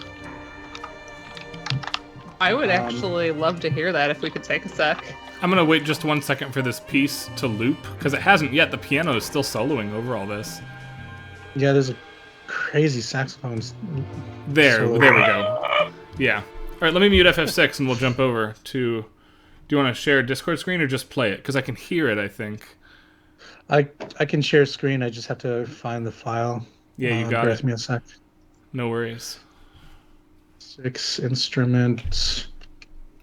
It's a good thing I saved all my files. Breath. There we go. So it's a track from, oh my gosh, what was it? Spectrasonic's voice. I can't remember. Somebody's gonna kick me for not knowing, but let me just share my screen really quick. Yeah, you got it. Make sure I'm coming out of the MME driver and not the ASIO, otherwise it will not work. Good. Okay, so did you hear that? Yep. Oh, hold on, I have to jump streams. There we go. So it's like a sound effects CD, but hope you hear it. Yeah. See all the weird. Yeah.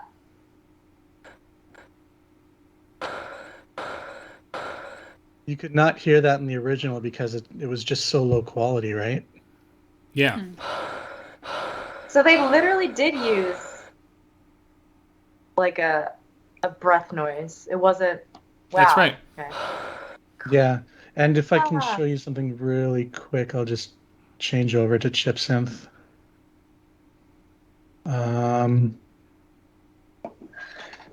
Okay, so we got Narsh.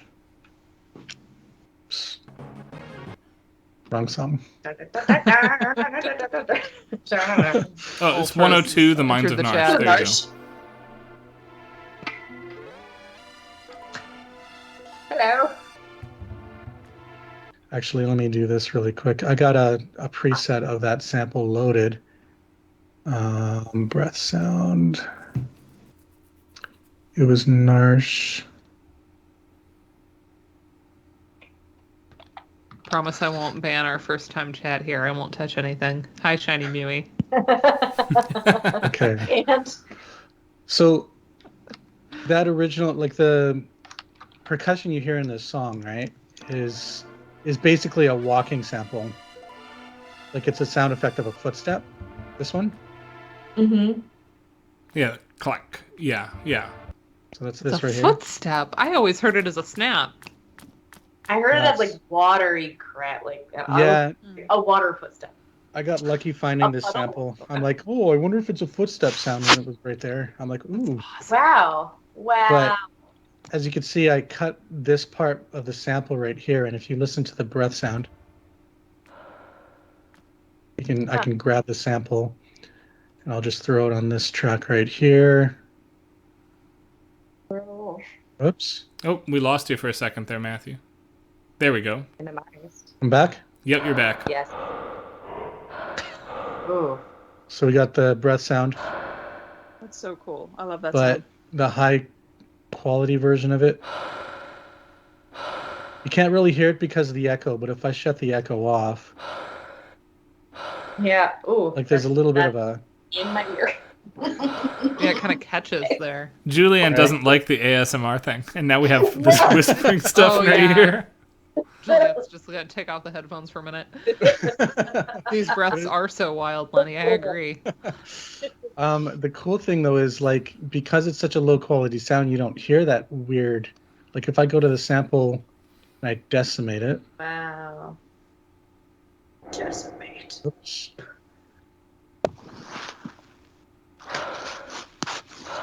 Right, it's just like something you don't hear in the compression, the artifacts from the original samples that they don't want you to hear. Yeah. Like you can't even hear that little sample or the little tones in the background of that noise. Anyways, that was just interesting that I noticed that, and as people used to, when I did the first remix of it, people were like, "Oh, it's so jarring. I can hear it. It's supposed to sound like you're cold and your breath in the cold and things like that." So. Oh.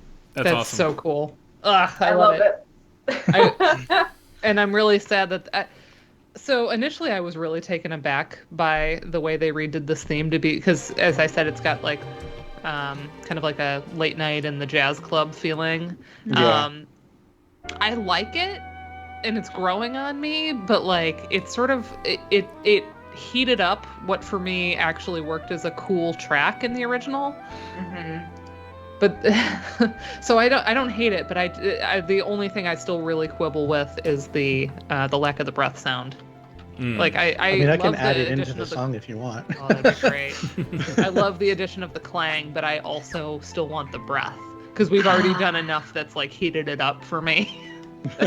It's not cool jazz to me anymore. It's warmer jazz, not hot jazz, because that's specific. That's hot jazz is Cuphead. But it's warm nighttime jazz. Like hot fruit on a potato. No! Sorry. Hot fruit on a sweet potato. That sounds like a jazz standard, though. Sounds like a Frank Zappa title. Right, we are not going to do Yeah. the sealed cave today, gang, Yeah. but we do have a quick side quest to go do, so hold on 1 second here. Fruit on a yam. Time 0, we are all, with Matthew as our guest for the week for his technical expertise, the rest of us are all either music theorists or musicologists full-time, and so we just play video games and chat about audio once a week on Thursday nights. Yeah, we always nerd out about the music. That's the whole conceit. We are all very conceited.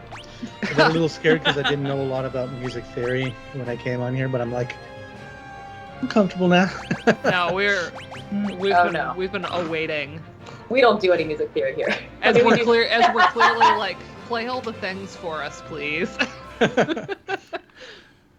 Yeah, because I mean, even my transcriptions don't suck, but like I can only go based on how they're compressed and how they come across to me, and a lot of times the figuring out what to call certain instruments, gives me hives. It's just like there are a lot of things kind of sit ambiguously on the boundary of what it sounds like two different things to me. So, And that's interesting because like back in the late 90s, early 2000s, there was a community remaking like a lot of this music in module format, like Impulse Tracker and stuff. And we didn't know which instruments they were either. Like, in fact, if I remember correctly, like when you all started, like, for lack of a better term, noticing what I do, there was a whole argument about whether or not Final Fantasy VI's French horn was actually a French horn. Right? I'm like, it is a French horn. It's literally called French horn in the patch, and I like, now I got to find that instrument, and I found it, and it was called French horn. that's Nice. fabulous. Well, yeah, that just goes to show you that, like, our instrument identifications are based on, timbre and the whole, like, envelope of a sound. And so when you have any sort of, when you have any kind of, like, compression on that, that's gonna mess with that, and then it's gonna throw us all into for a loop with our chaos. With our subjective. We have one more new theme to hear tonight. Which one? So I can cue it up. Mog. 'Cause I don't remember. Oh. I didn't transcribe Moog. No one asked for it. I forgot that Oh it comes man, up I here. should have. So here's the thing, though. It's a reused track from 5, right? Yeah. And the arrangement is slightly different in 6. It's not note for note the same, I don't think. No, it's not. But that theme is really introduced and developed and created for use in Final Fantasy V as part of the core plot, and it becomes an optional thing here because the Moogles were popular in 5. The Moogles are adorable, and that's a very good thing. It's always been I think interesting the to piano me. in this song is too quiet. Honestly, there I agree are with some that silly critique. ones. There are some like sillier or maybe less narratively important tracks that I was like, oh yeah, I'm definitely gonna do. Yeah, the one track that I But- think might be verbatim, Matthew will know, having done them both. I think Go-Go's theme is a quote from 5. I think that shows up verbatim at that boss fight, as long as you don't mess it up. I believe. Oh my gosh. Hang on. Let me cue him up. Okay. If I they're know not that they're actually not- quotes, they're very close. Closer than the Moogle theme is, actually. I remember hearing Go-Go's theme in 5. I do remember that. I just forgot what it's called. Actually, isn't it just Go-Go's theme? It is just Go-Go's theme Yeah. in 5.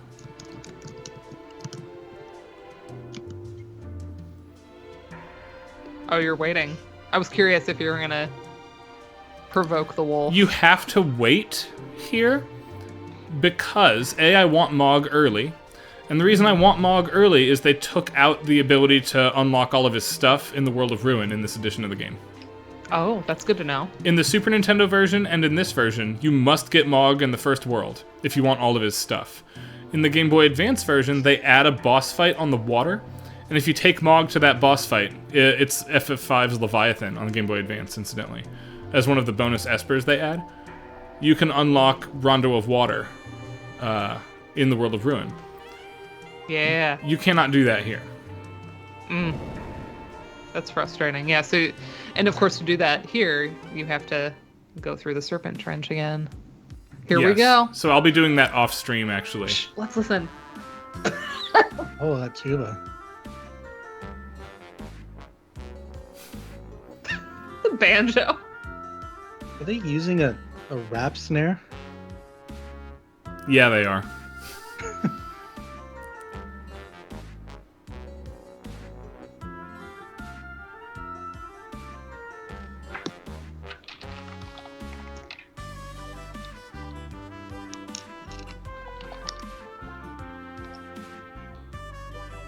Wow. Wow! Wow! Ah!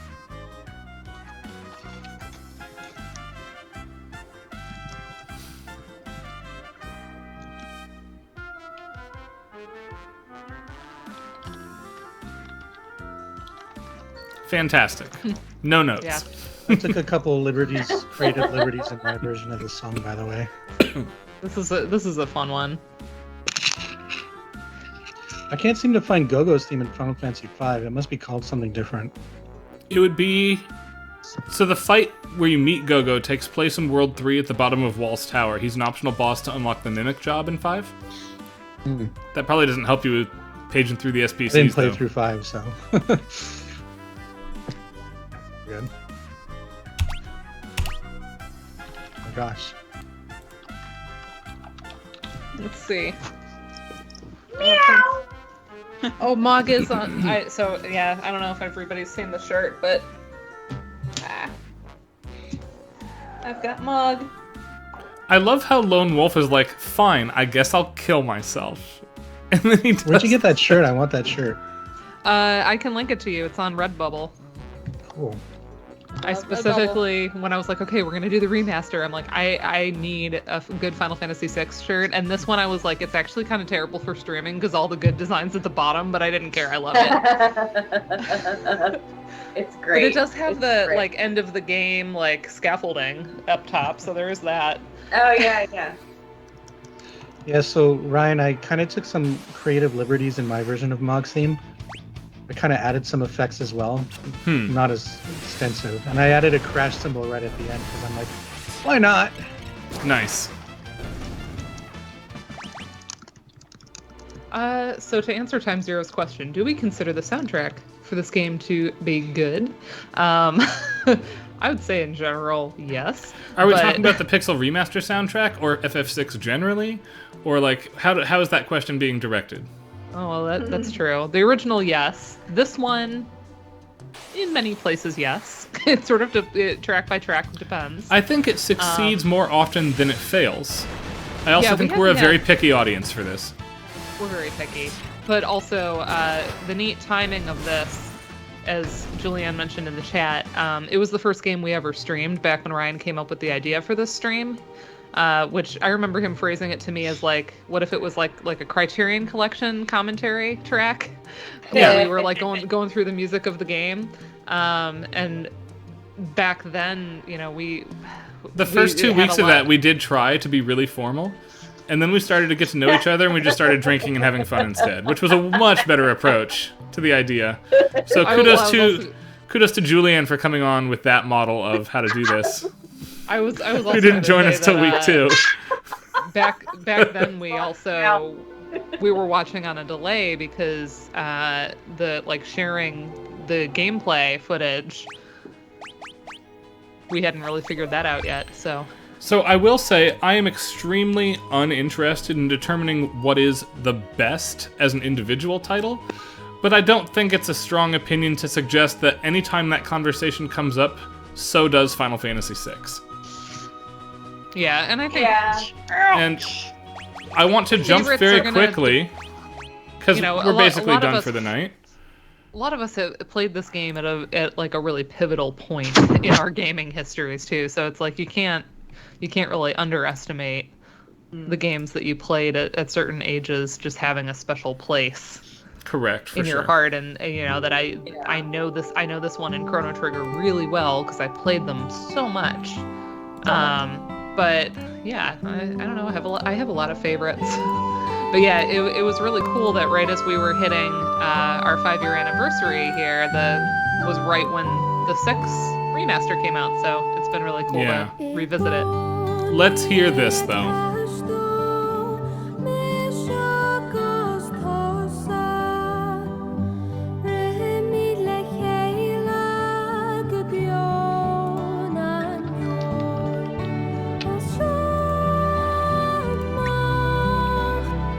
It's not showing up on the stream, so I'll capture it the other way. Give me just a moment here.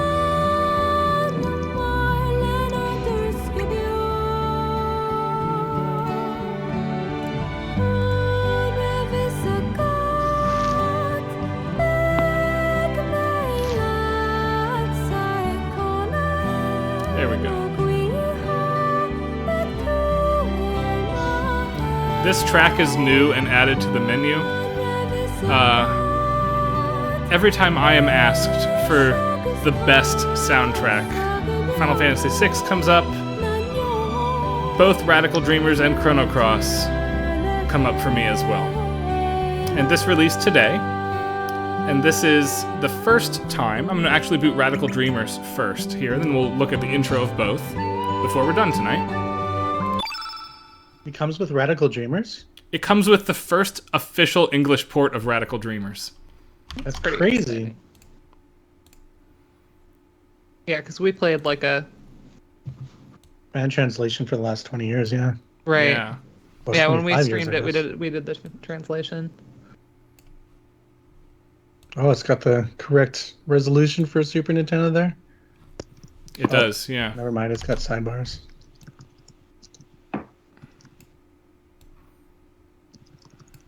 Am I sharing it on Discord effectively? Can you all see that?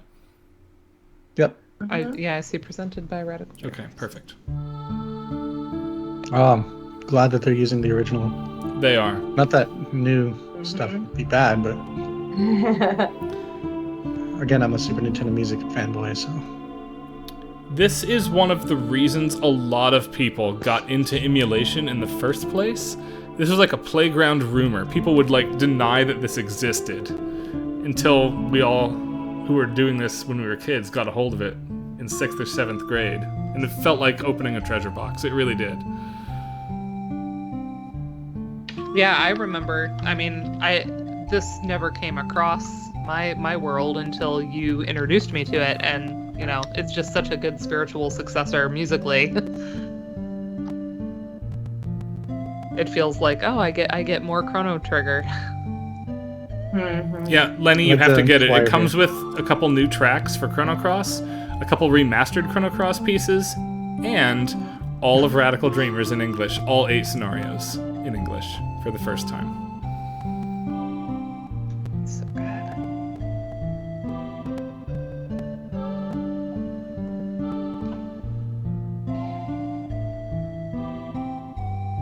Yeah, Chrono Trigger and Final Fantasy VI are both dear to me, but Chrono Trigger, I think, is more unique in its sound world.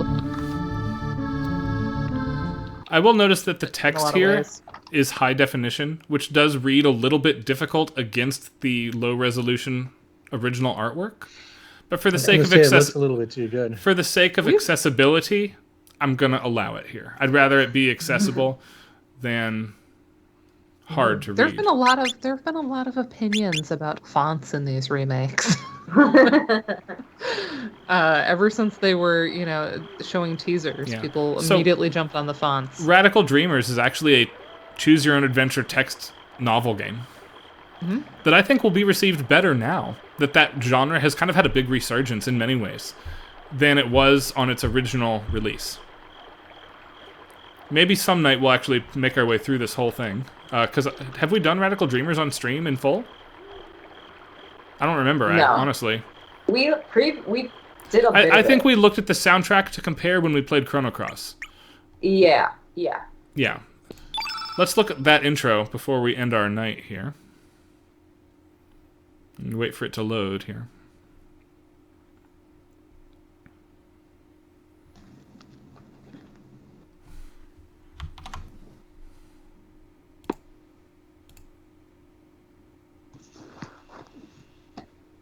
We have an hour to kill. Sorry. We do 9 to 11 Eastern. Yeah, I'm On going to Thur- go over just most- for a most minute here to Thursdays. do this here. I gotta write an exam for tomorrow. Yeah, we're all professory types, so Yeah. Yeah. Believe it or not. believe it or not, we get to teach we some actually things. teach. I'm not teaching anything gamey.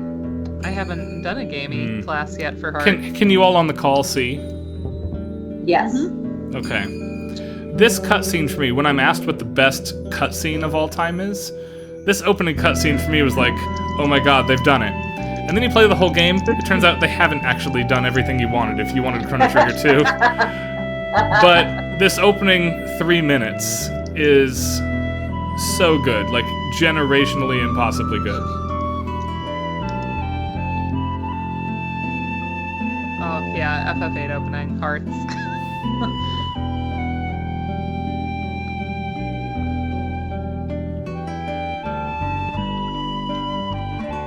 Lenny, I will airship theme just for you.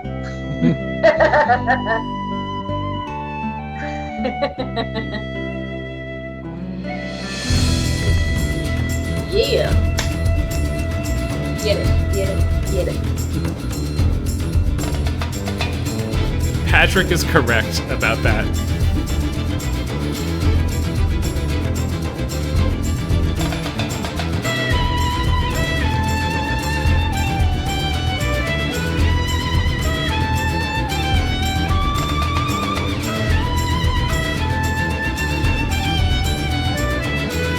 I do like that this was like right after the 3D phase. That's where it was just getting into. Yeah, for sure. Like the cutscene for Final Fantasy 4 was just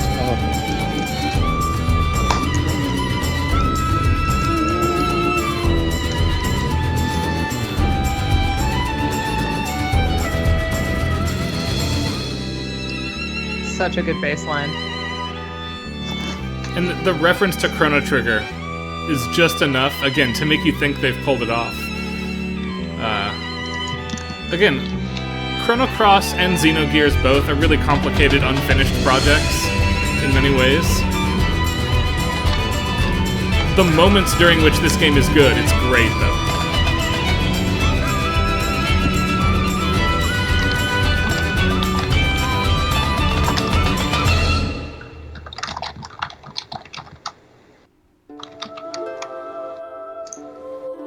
And I want to see if there's a built-in sound player that we can jump to. No!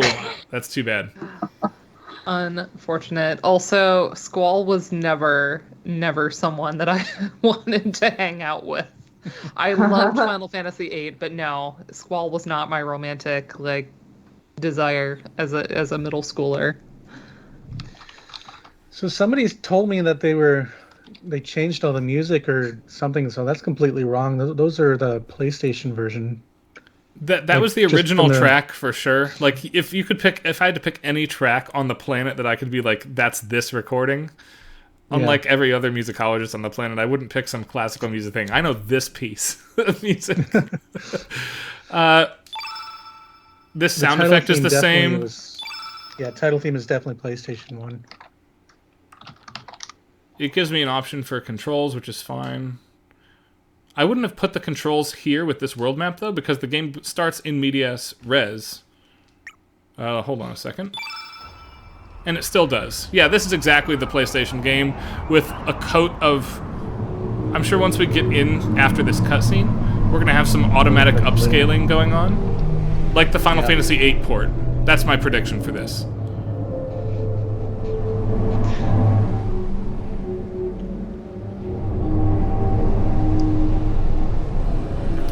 If you were going to do a full remake of this, even though Chrono Cross is originally 3D in the polygonal sense, I'd actually be down for a two-dimensional Tails engine remake of this game, because it's so anime. Mm-hmm. Yeah, even the lowered frame rate is still here, right? Mm-hmm. Yeah, that's exactly it. Yeah, this is exactly the same game. Tits forward. Was that always like that? Nikki was always like that. She's one of the dancing girls in the band. Your third character here is random every time. If I'd restart the game again, I'd get a different person. Oh, yeah. Because you only have this party for the next 5 minutes, and then it goes away, and the game actually starts, per se, right? Weirdly, hold on. So I don't think this is being emulated because you can see that the characters aren't jittering all over the place. You know, the PlayStation 1's 3D always had that jitter to it. Mm-hmm. Yeah, I'm going to turn Chrono Cross down, actually, here. Okay, so we can talk over it. Are you gonna have Gale play, Ryan? Yeah, we'll do that Julianne's once. waiting for it. Oh, is she? No, I hate you. I will say, if this is emulated, they've done a filtering pass of some sort to smooth it out. They did AI on the backgrounds for sure. Yep. But this is pretty close to the same game. There's definitely some AI texture sharpening going on, because this image of Fort Dragonia was very blurry before. Yeah. Right? And it's like the lines are crisp and easy to read now. I don't think Gale plays during fights here, by the way. Not in this part. No. I'm going to use something really quickly here just to see how the animation plays, because this was pushing what the PlayStation could render in real time, honestly, originally, and there was a lot of slowdown. Like, a lot. So let's get up to 3. There's definitely slowdown here, too.